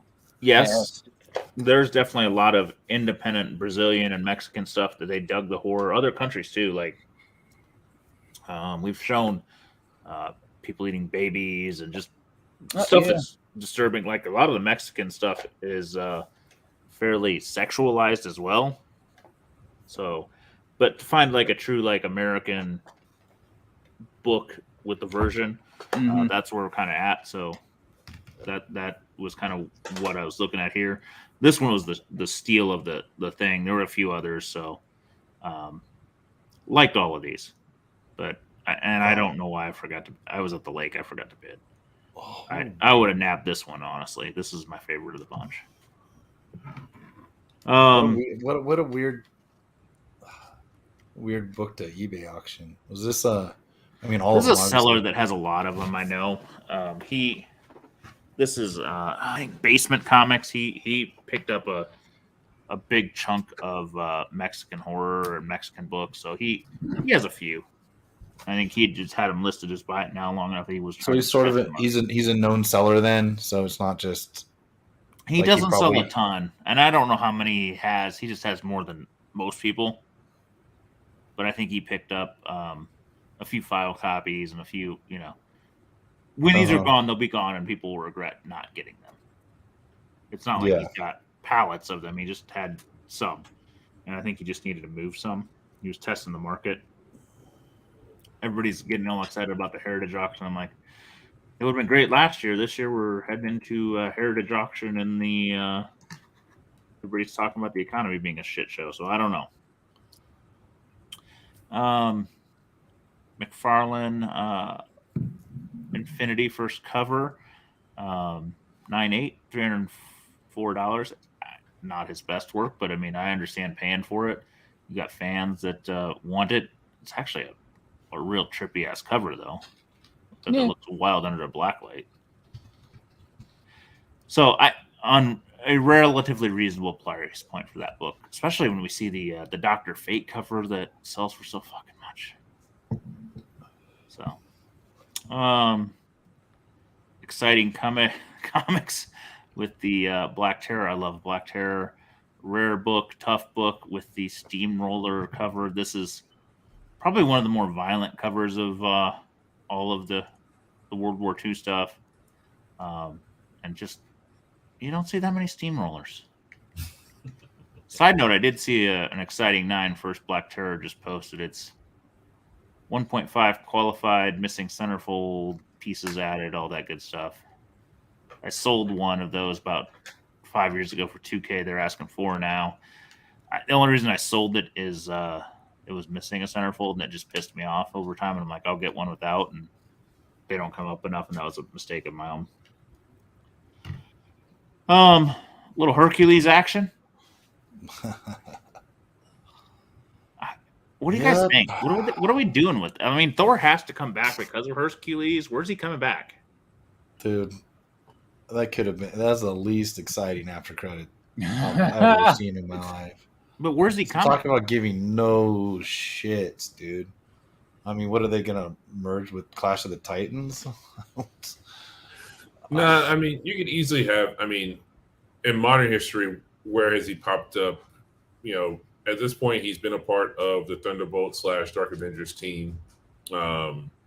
So you could easily just have him be a foil counterpart to him. I mean, sorry, not to him, but to Thor. Yeah. So I mean, sure, I think Thunderbolts is possible. I mean, it's not even like whether or not he ends up there. Like we know for a fact, Thunderbolts is happening. That's leaked out and been confirmed.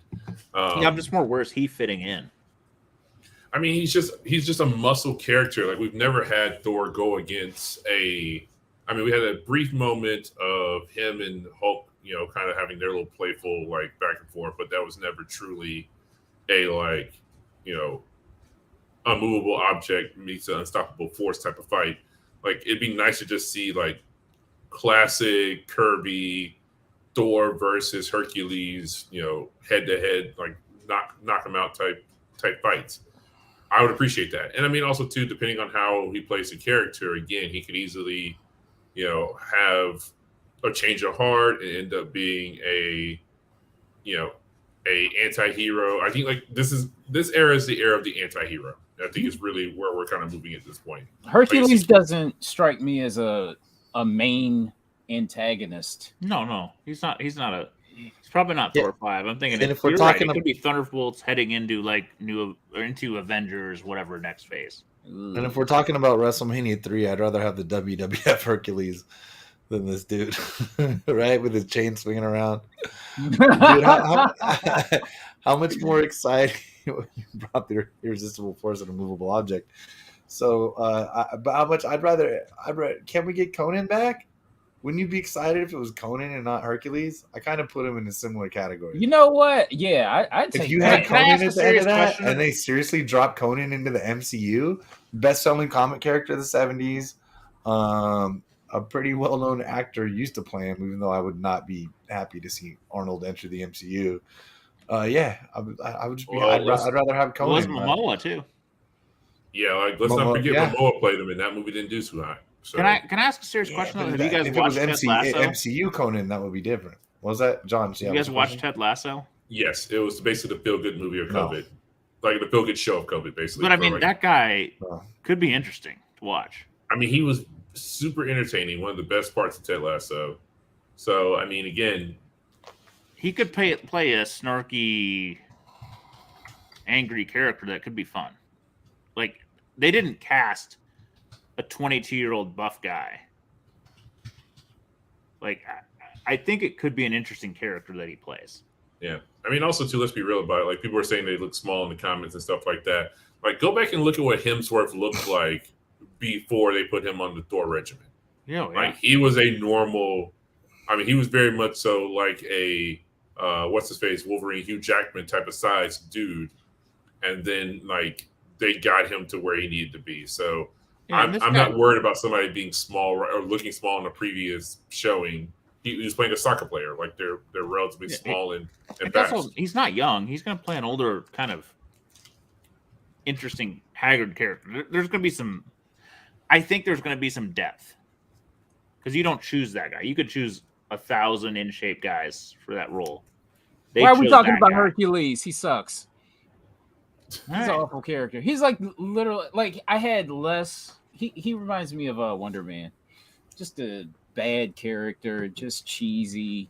I'm never going to count out any character with the right person. Again, we were making money off of Groot and Star-Lord books.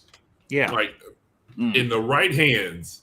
Like so, I will always be able to separate like my feelings about a character in the comics. Because that is not even remotely going to be indicative of how the MCU will portray them if they're in the right hands.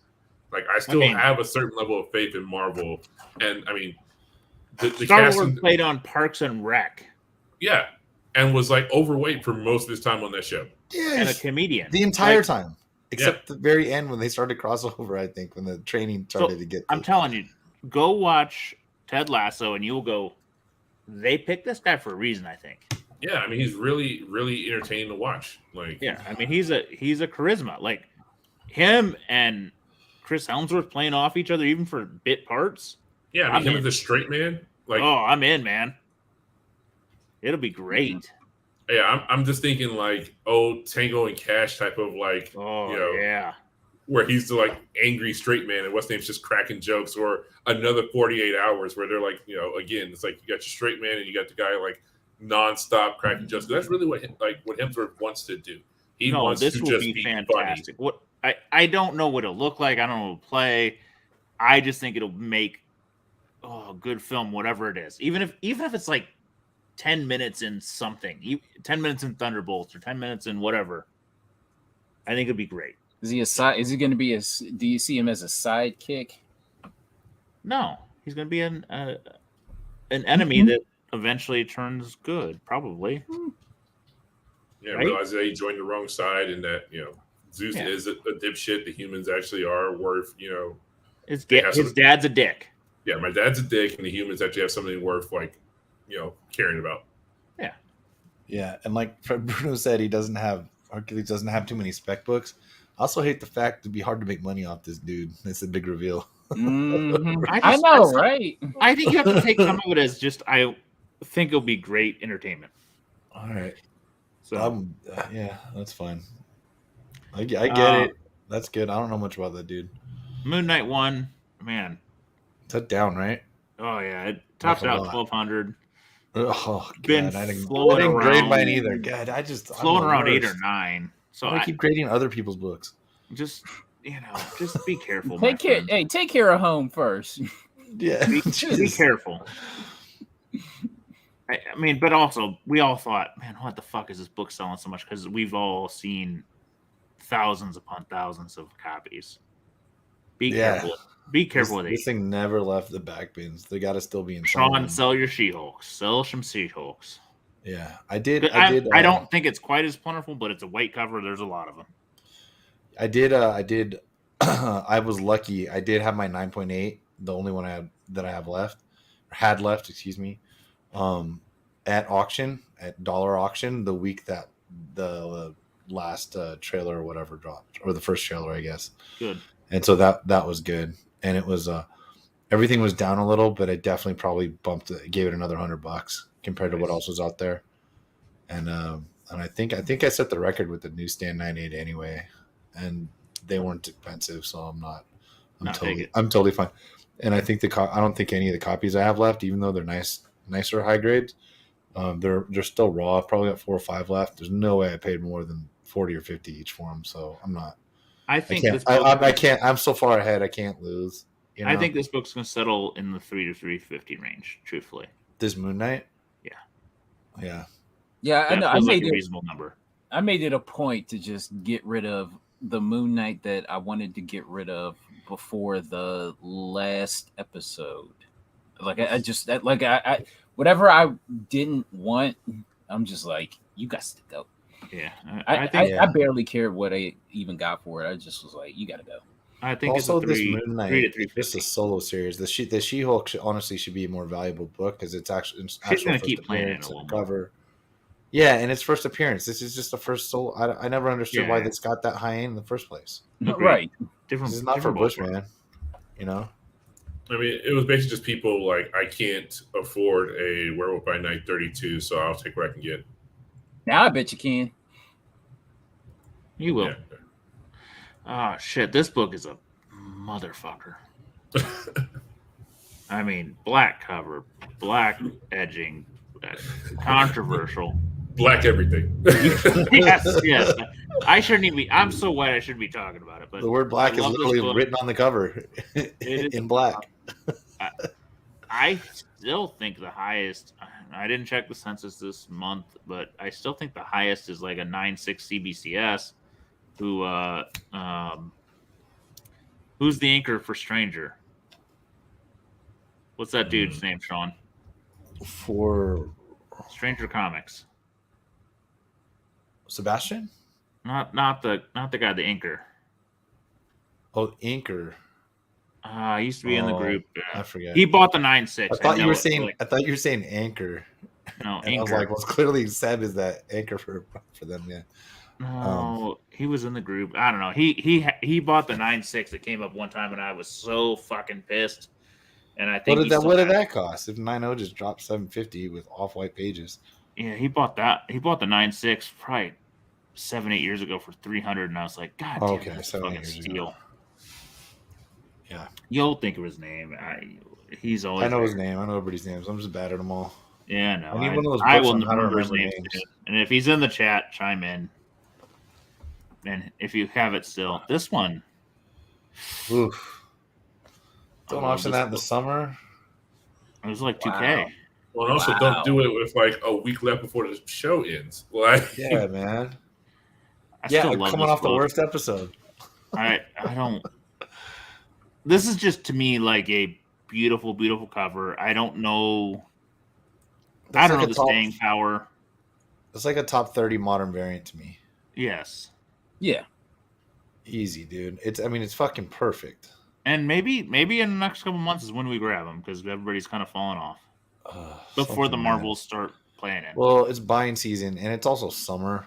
People forget that. People keep markets. I was like, dude, every summer is buying season. Then you sell them in the fall. That's how it goes. You know, I know there's other things at play. I know it's not that simple, but it's partially that has something to do with it. Trust me. There's a lot of people don't realize it, and that summer is the time to buy and it's a shitty time to sell. There's very few books I would just put on my wall because I just love the imagery or the cover or the art. This is one. Like it's not a key. It's not anything. It's a great rendition of a character. Like, yeah. If you put that up there, you're like, this is a version of this character I love. Yeah. It's her best cover. Yes. Fantastic. Artistically, obviously. Yes. Sailor Moon, freaking this book. Keep seeing it.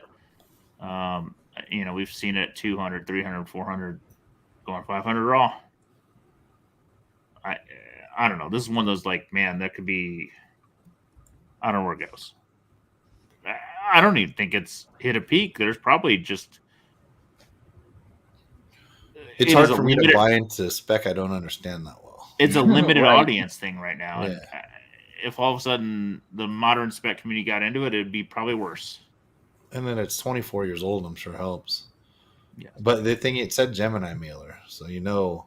Yeah, they're going to ship it well. Yep, $600 book in a Gemini mailer, man. Got to come perfect. Right? Ship it good.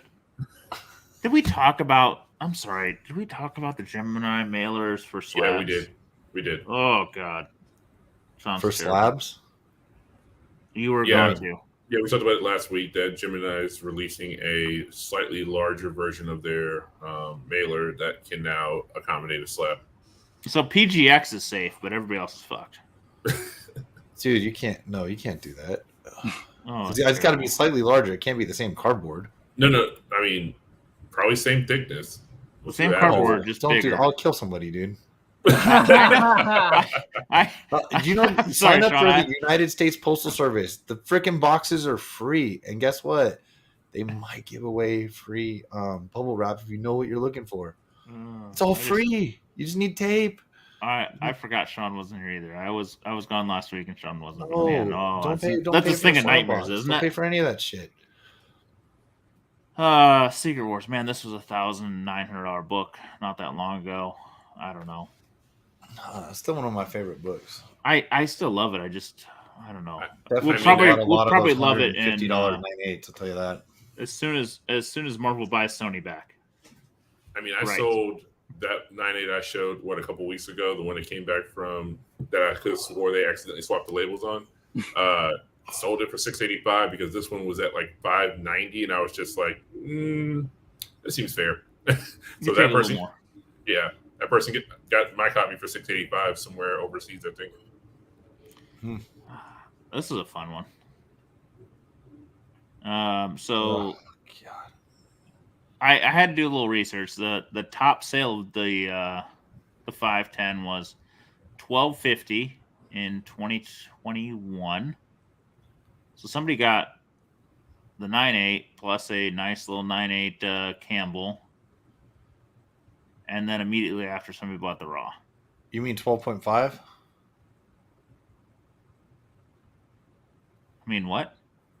You said 1250. You must have meant 12,500, right? Yeah, sorry, 12. Yeah. 5. Okay. Yeah, all right. Because I was like, that's not the top sale.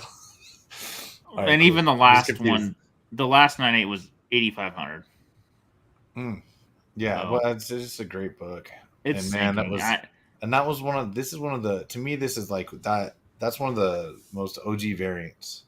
Not the sketch is too rare, but the 510 just been passed around collector to collector. Mm-hmm. You know, Psylocke, you could find them at stores for probably 2 or 3 years after it came out at a slight markup, you know, $20 or something like that. And I just always thought it was one of the greatest ones that I'd be finding all the time, and people kind of figured it out and keep putting it away. So yeah, this is smart to pair them, I think, because what's the original cost? Is it like $300 or something?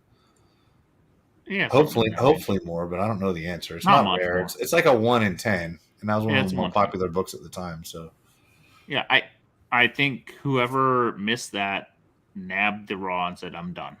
I'm out." yeah, probably. I don't blame them. Little vampy action. The second best Alex Ross. This one's a, you're a perv. You like it. I do. This one's good. I'm not a perv book guy, but man, just with the wings in the background and the blood, it homages back to the original so much. I appreciate it.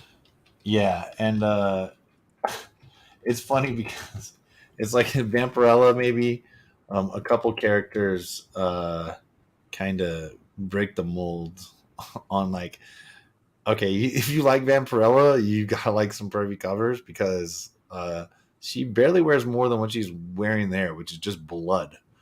So Yeah, but she isn't the dirtiest because like the original is just okay. I don't know. It's the probably if you go pervier than Vampirella, you're probably done. Yeah, that's what it is. It's the line. This one threw me off. Fucking $600 for Creature Commandos. Holy fuck! Damn. All right. Anybody will pay anything for a 9.8. Yeah, I think this was a $300 that's book a tough. not very long ago. Really? That's a tough book, man. I know it is, but I think it's $300, not less than a year ago. That one looks 10.02. Check it out. That's probably 10.0. Perfect. Right there. One last one for our friend Chris, who's the only one that can buy multiple X-Men 1. Page, not even a good page. Jesus. $500. That's what I paid for my first copy of X-Men 1. I'm like, you used to be able to cover book Came for back this a not 1.0. that long ago, like 7-8 years.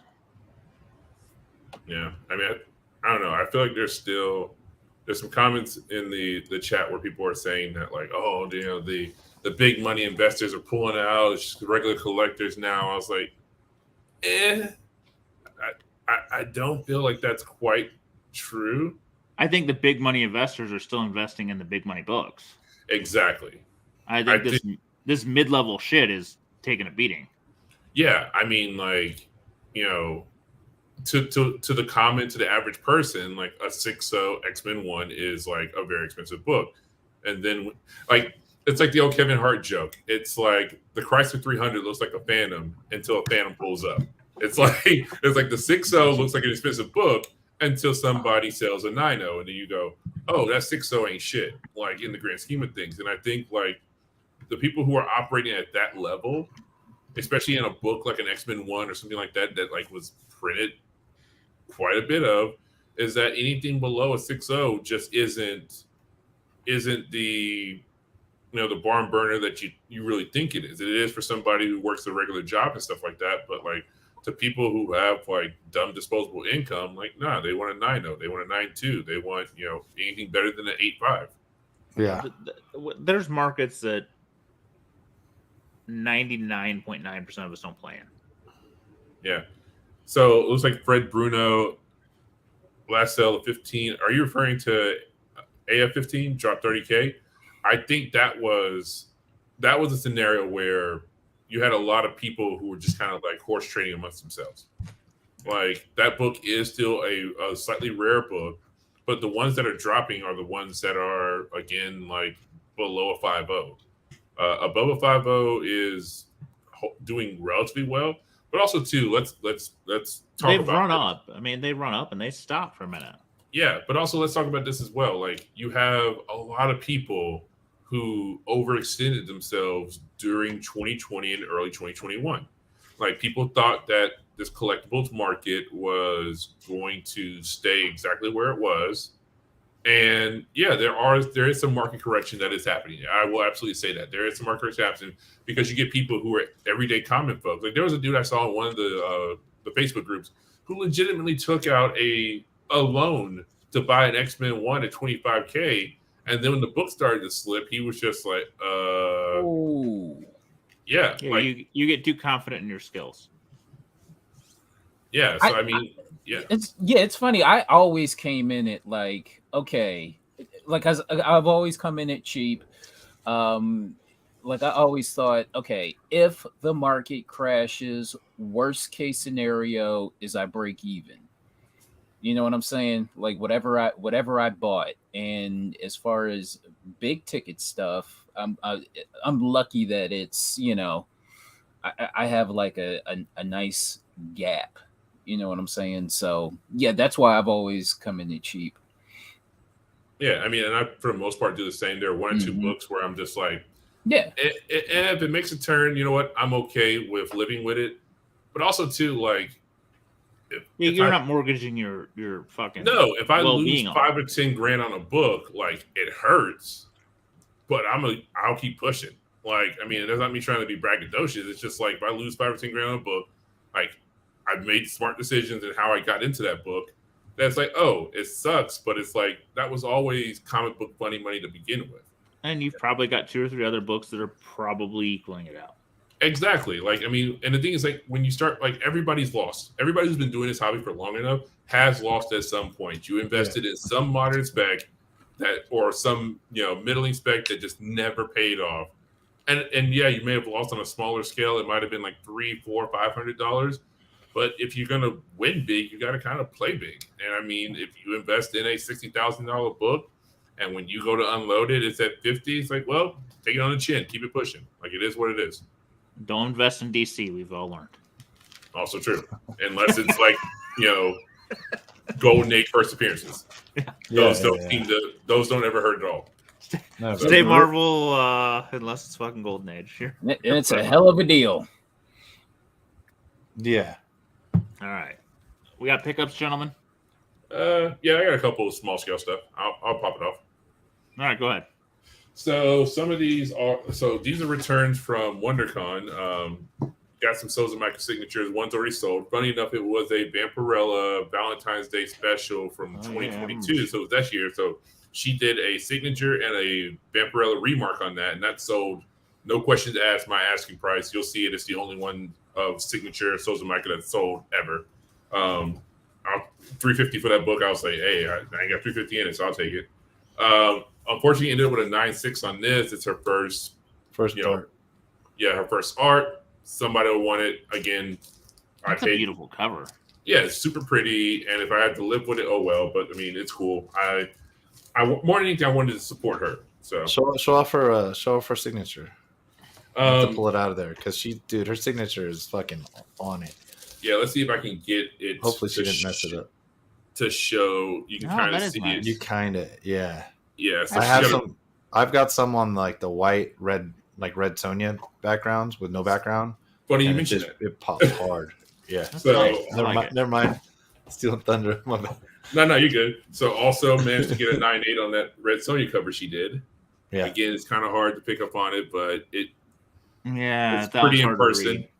Yeah. I appreciate when an artist does a good signature, though. But the coolest one that came out of that set, though, other than the red Sonya, is second print Catwoman 9.8 with a remark. Oh, yeah. And also the really cool thing that the camera won't pick up on is that she took a gel pen and colored in a bunch of the diamonds. So you can kind of see it a little bit as the book kind of shimmers. There you go. So you see them like she went through and like colored in a bunch of the diamonds so they shimmer as you cover the book. But she did a nice little remark right there. Yeah.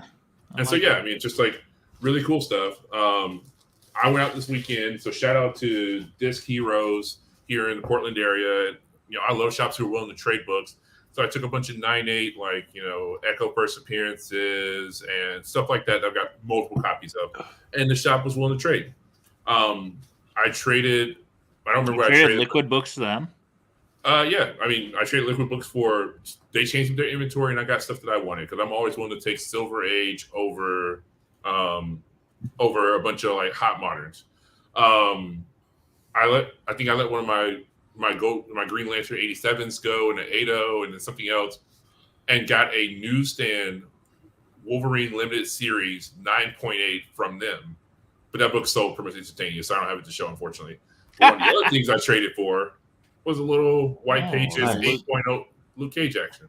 Oh, That's another the tough make or book, break man. grade in that book. Oh yeah, Yeah. dude. That's a tough So I book. was like, you know what? I will trade modern books in a heartbeat to get White Pages Silver Age and a character that, at this point, with the return of the Netflix characters back to Marvel, like, we're going to see Luke Cage again. May not be the same actor, but I think Luke Cage is going to get some love again in the very near future. So, and yeah. Ado in that book is primo. Yeah, and I got some other cool stuff, and unfortunately, like Sean will probably have to show it next week. There is a ASM 300 newsstand that is. I just basically sent it straight out to Sean to have it pressed and sent off to TGC, so he can pull it out when it gets to him and show it next week probably. I got whatever the first stuff was, but it's not open because that was about 4 hours ago. No worries. This is that stuff that's coming to you as we speak. So. And then I got some other like heritage wins. Like I was able to clean up today. People weren't paying attention. People weren't paying attention about 2 weeks ago. So whenever Heritage ships out my books, if you're listening, Heritage, I'll have that stuff to show also. They'll get to it when they get to it. Exactly. All right, Carter, what do you got? Let's see. VHS, you turd. I do actually. Johnny, yeah, Okay, nice. so I talked about this in okay, we have a haul video. I had a VHS haul video, and I talked about this last night, but I don't know what it is about this. I really love this. So this is Muhammad Ali's biopic starring himself. This is from the movie is from 1977. Prior to Will Smith. Exactly. And this is from the VHS release. Well, actually, this is a Betamax release from 1984. It's called The Greatest. And I don't know what it is about this. I really love this. And to me, I talked about this last night too. This is like, in my opinion, probably the best Muhammad Ali collectible out there as far as like mass-produced stuff, you know. And I also said that this was the equivalent. This is the Muhammad Ali equivalent to having Mike Tyson's Punch Out. You know what I'm saying? So I will comment outside of VHS Betamax. The cover of that hits all the things. Like it's got the dark purple, the pink. Like just looking at it as the art is solid. And you know, I'm not a VHS guy. I'm not a Betamax guy. But the art is gorgeous. Yep, and it's still sealed up because that's all I do. And you got the beautiful watermarks running down, and it's in a. And I'm still a comic book collector, and it's still in a. You don't want to risk it. You don't want to risk the wrap. Yeah, so it's completely sealed up. I don't know what it is. I really love this, and I think I just don't think collectors really know about this. If you're a fight collector, if you're just a Muhammad Ali fan, I think this is probably the thing to get outside of like a sealed box. I'm not like a signed boxing glove or something like that. No, I can see. I see what you're saying. That the look is great. Yeah. Yeah. I love this thing so much. Mwah.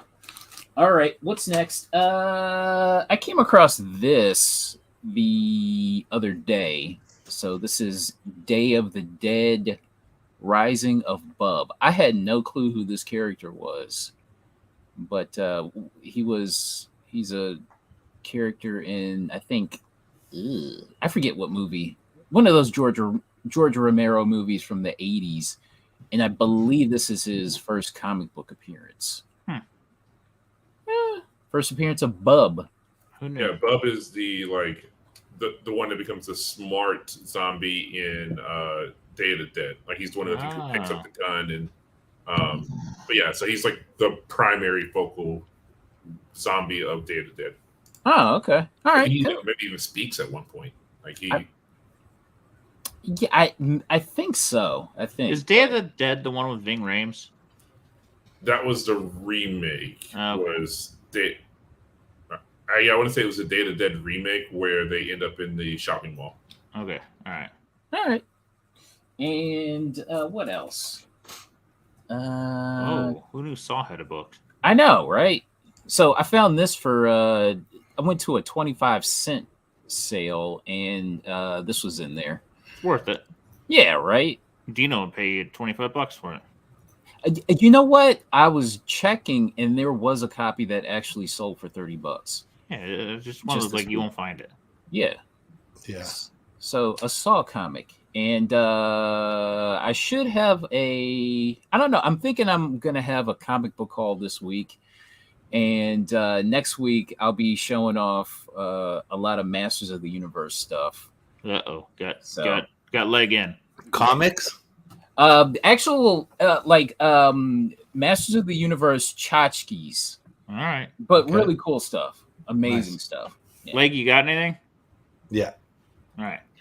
All right. So I've been randomly moving throughout the country, which I don't still know if got a anybody books to send you, huh? Thought that I quit. Yeah, John could actually do better pickups for me because I talked him into mailing fucking like 50 books I bought home. But whenever I get it, I'll show him. It's no big deal. I just got back, man. No rush.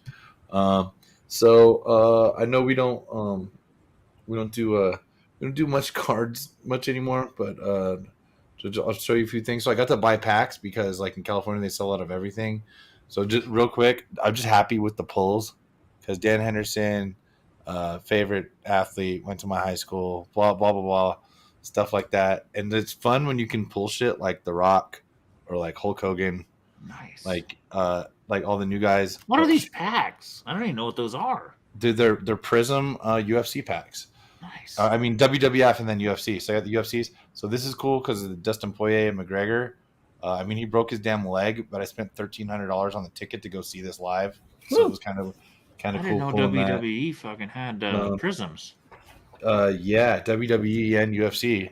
So pulled on my boy Nate Diaz. I am from Stockton. I also watched his brother lose and paid way too much for that ticket too. So those things suck. Thanks to my buddy James, who I was staying with, who John got to hang again for another mini Derek Carr rookie. Another cool story.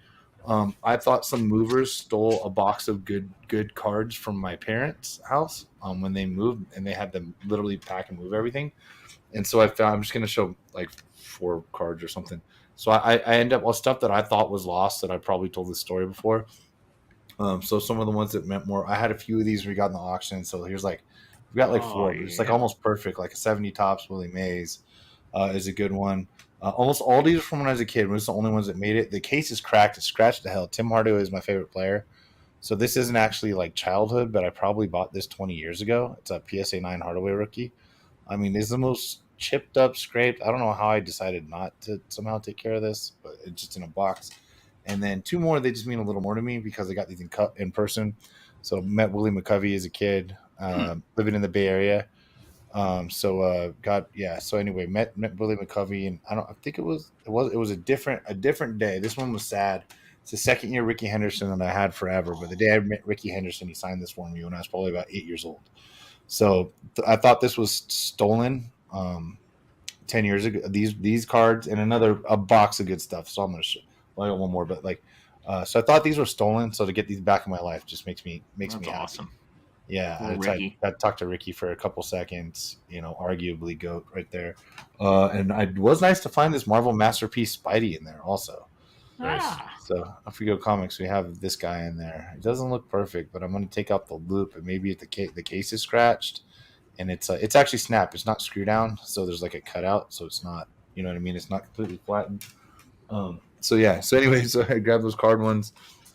And so. Oh, there was a really cool toy in Indianapolis called the Toy Drop, and it is amazing. I probably walked around for well over an hour looking at stuff in there, but traveling around, it's hard to buy toys. They have so much cool stuff. John, if you haven't been down there, so I just wanted to support them. So and opened and this is not vintage. It's got all the articulation and stuff. I'm not even sure which it is, but it's the obviously Battle Armor Skeletor. But like the toys are perfect, and these stands are they have custom at this store. Somebody with a 3D printer has these. So I think the stand was like a $6, $8, $10, something like that, and they had different That's colors. badass. Yeah, so I thought the stand was cool as shit, and it just when I go to a really cool store, there's a bunch of stuff that I want to, you want to buy, but when you're traveling around on a suitcase, I was traveling around for weeks. Yeah, you can't fit toys. Weeks. Yeah, there's not too much. I had to wrap this in a box and grab this. And so it's a working nice Battle Armor Skeletor. I forget this. It's not very old, but just wanted to support and then to get that stand with it. So for actual comics, always friend of the show, two friends of the show. Wanted Comics, our buddy Drew, but also so he did this with John Gallagher. They hadn't done a cover since like Gallagher's intense. Yeah, so Gallagher did this for the Closet for Image. I think this is limited to 500. They might wantedcomics.com with an X might still be available on the site. And his stuff is scary and intense. Yeah, this was coming out at it. Dude. That'll give my kids nightmares. He doesn't fuck around. Yeah, I have a friend that like buys comics when I sell him whatnot stuff because he's bored and likes to bid on things, and if he wins, he doesn't mind and he takes them, and it's stuff like this he bids on. So because I grabbed a couple from Drew, I'm definitely gonna hand him one for all the support. And as we were dropping the Soza Micah, hottest of the year, she did this with Drew. So I hope you guys saw this on his site. I mean, because this is the Poison Ivy one that just dropped. And actually a month ago, but I think there should be some online.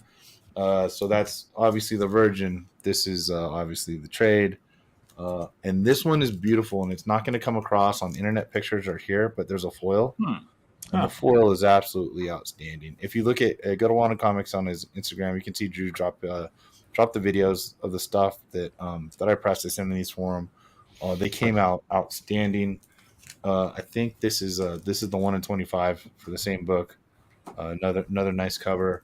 And like you don't have to say much to point out that this is the Cho variant for that cover. Right? I think you figured it out, and it's gorgeous.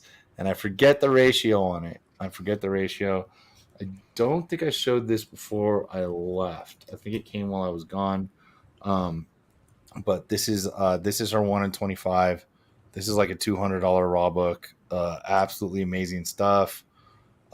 She's going to be... I have actually had to not been able to head down to Pasadena. I've had to turn down a couple of lunch meetups with her. But I know she's going to be at SDCC, and I'm going to be down there Wednesday to Friday next week, if not longer. Shout out to my man Carter. Once I showed this book, I had to get it.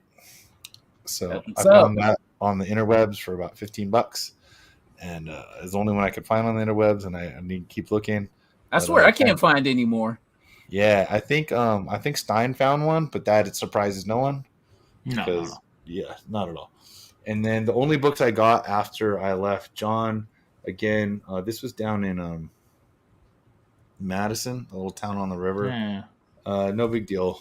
But like I love these. So Newsy X Factor 24. This is one of my favorite books ever because I loved it so much as a kid.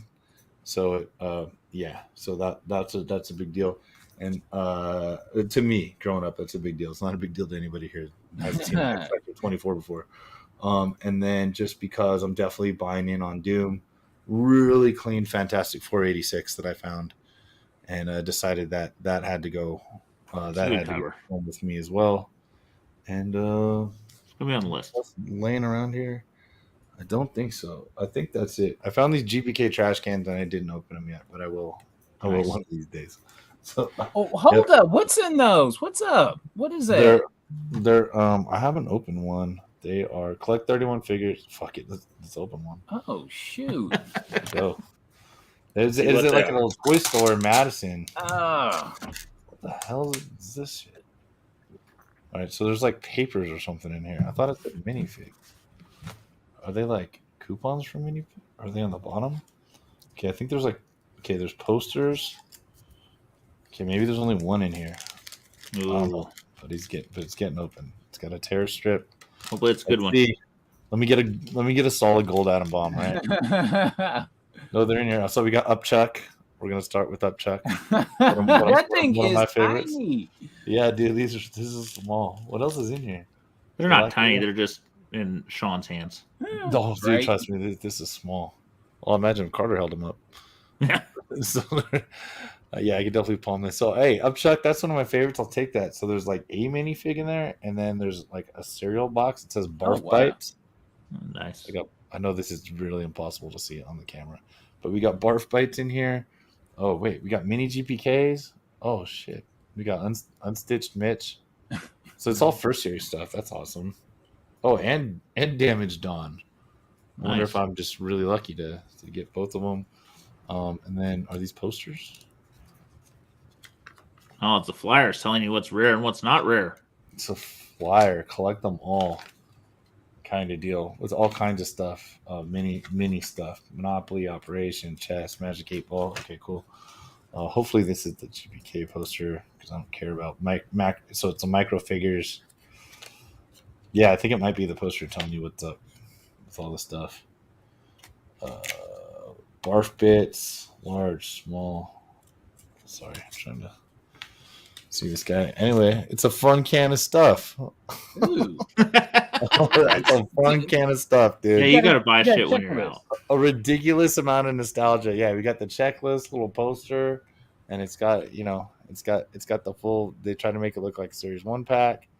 All right, that's a little fun little can there. And I got Upchuck. Down with that. Put him in my display case in the living room, and you can't even see him with my hand. Put maybe a magnifying glass in front of him. Yeah, somebody will be like, "Is that a baby barfing?" I'll be like, "Sure as shit is."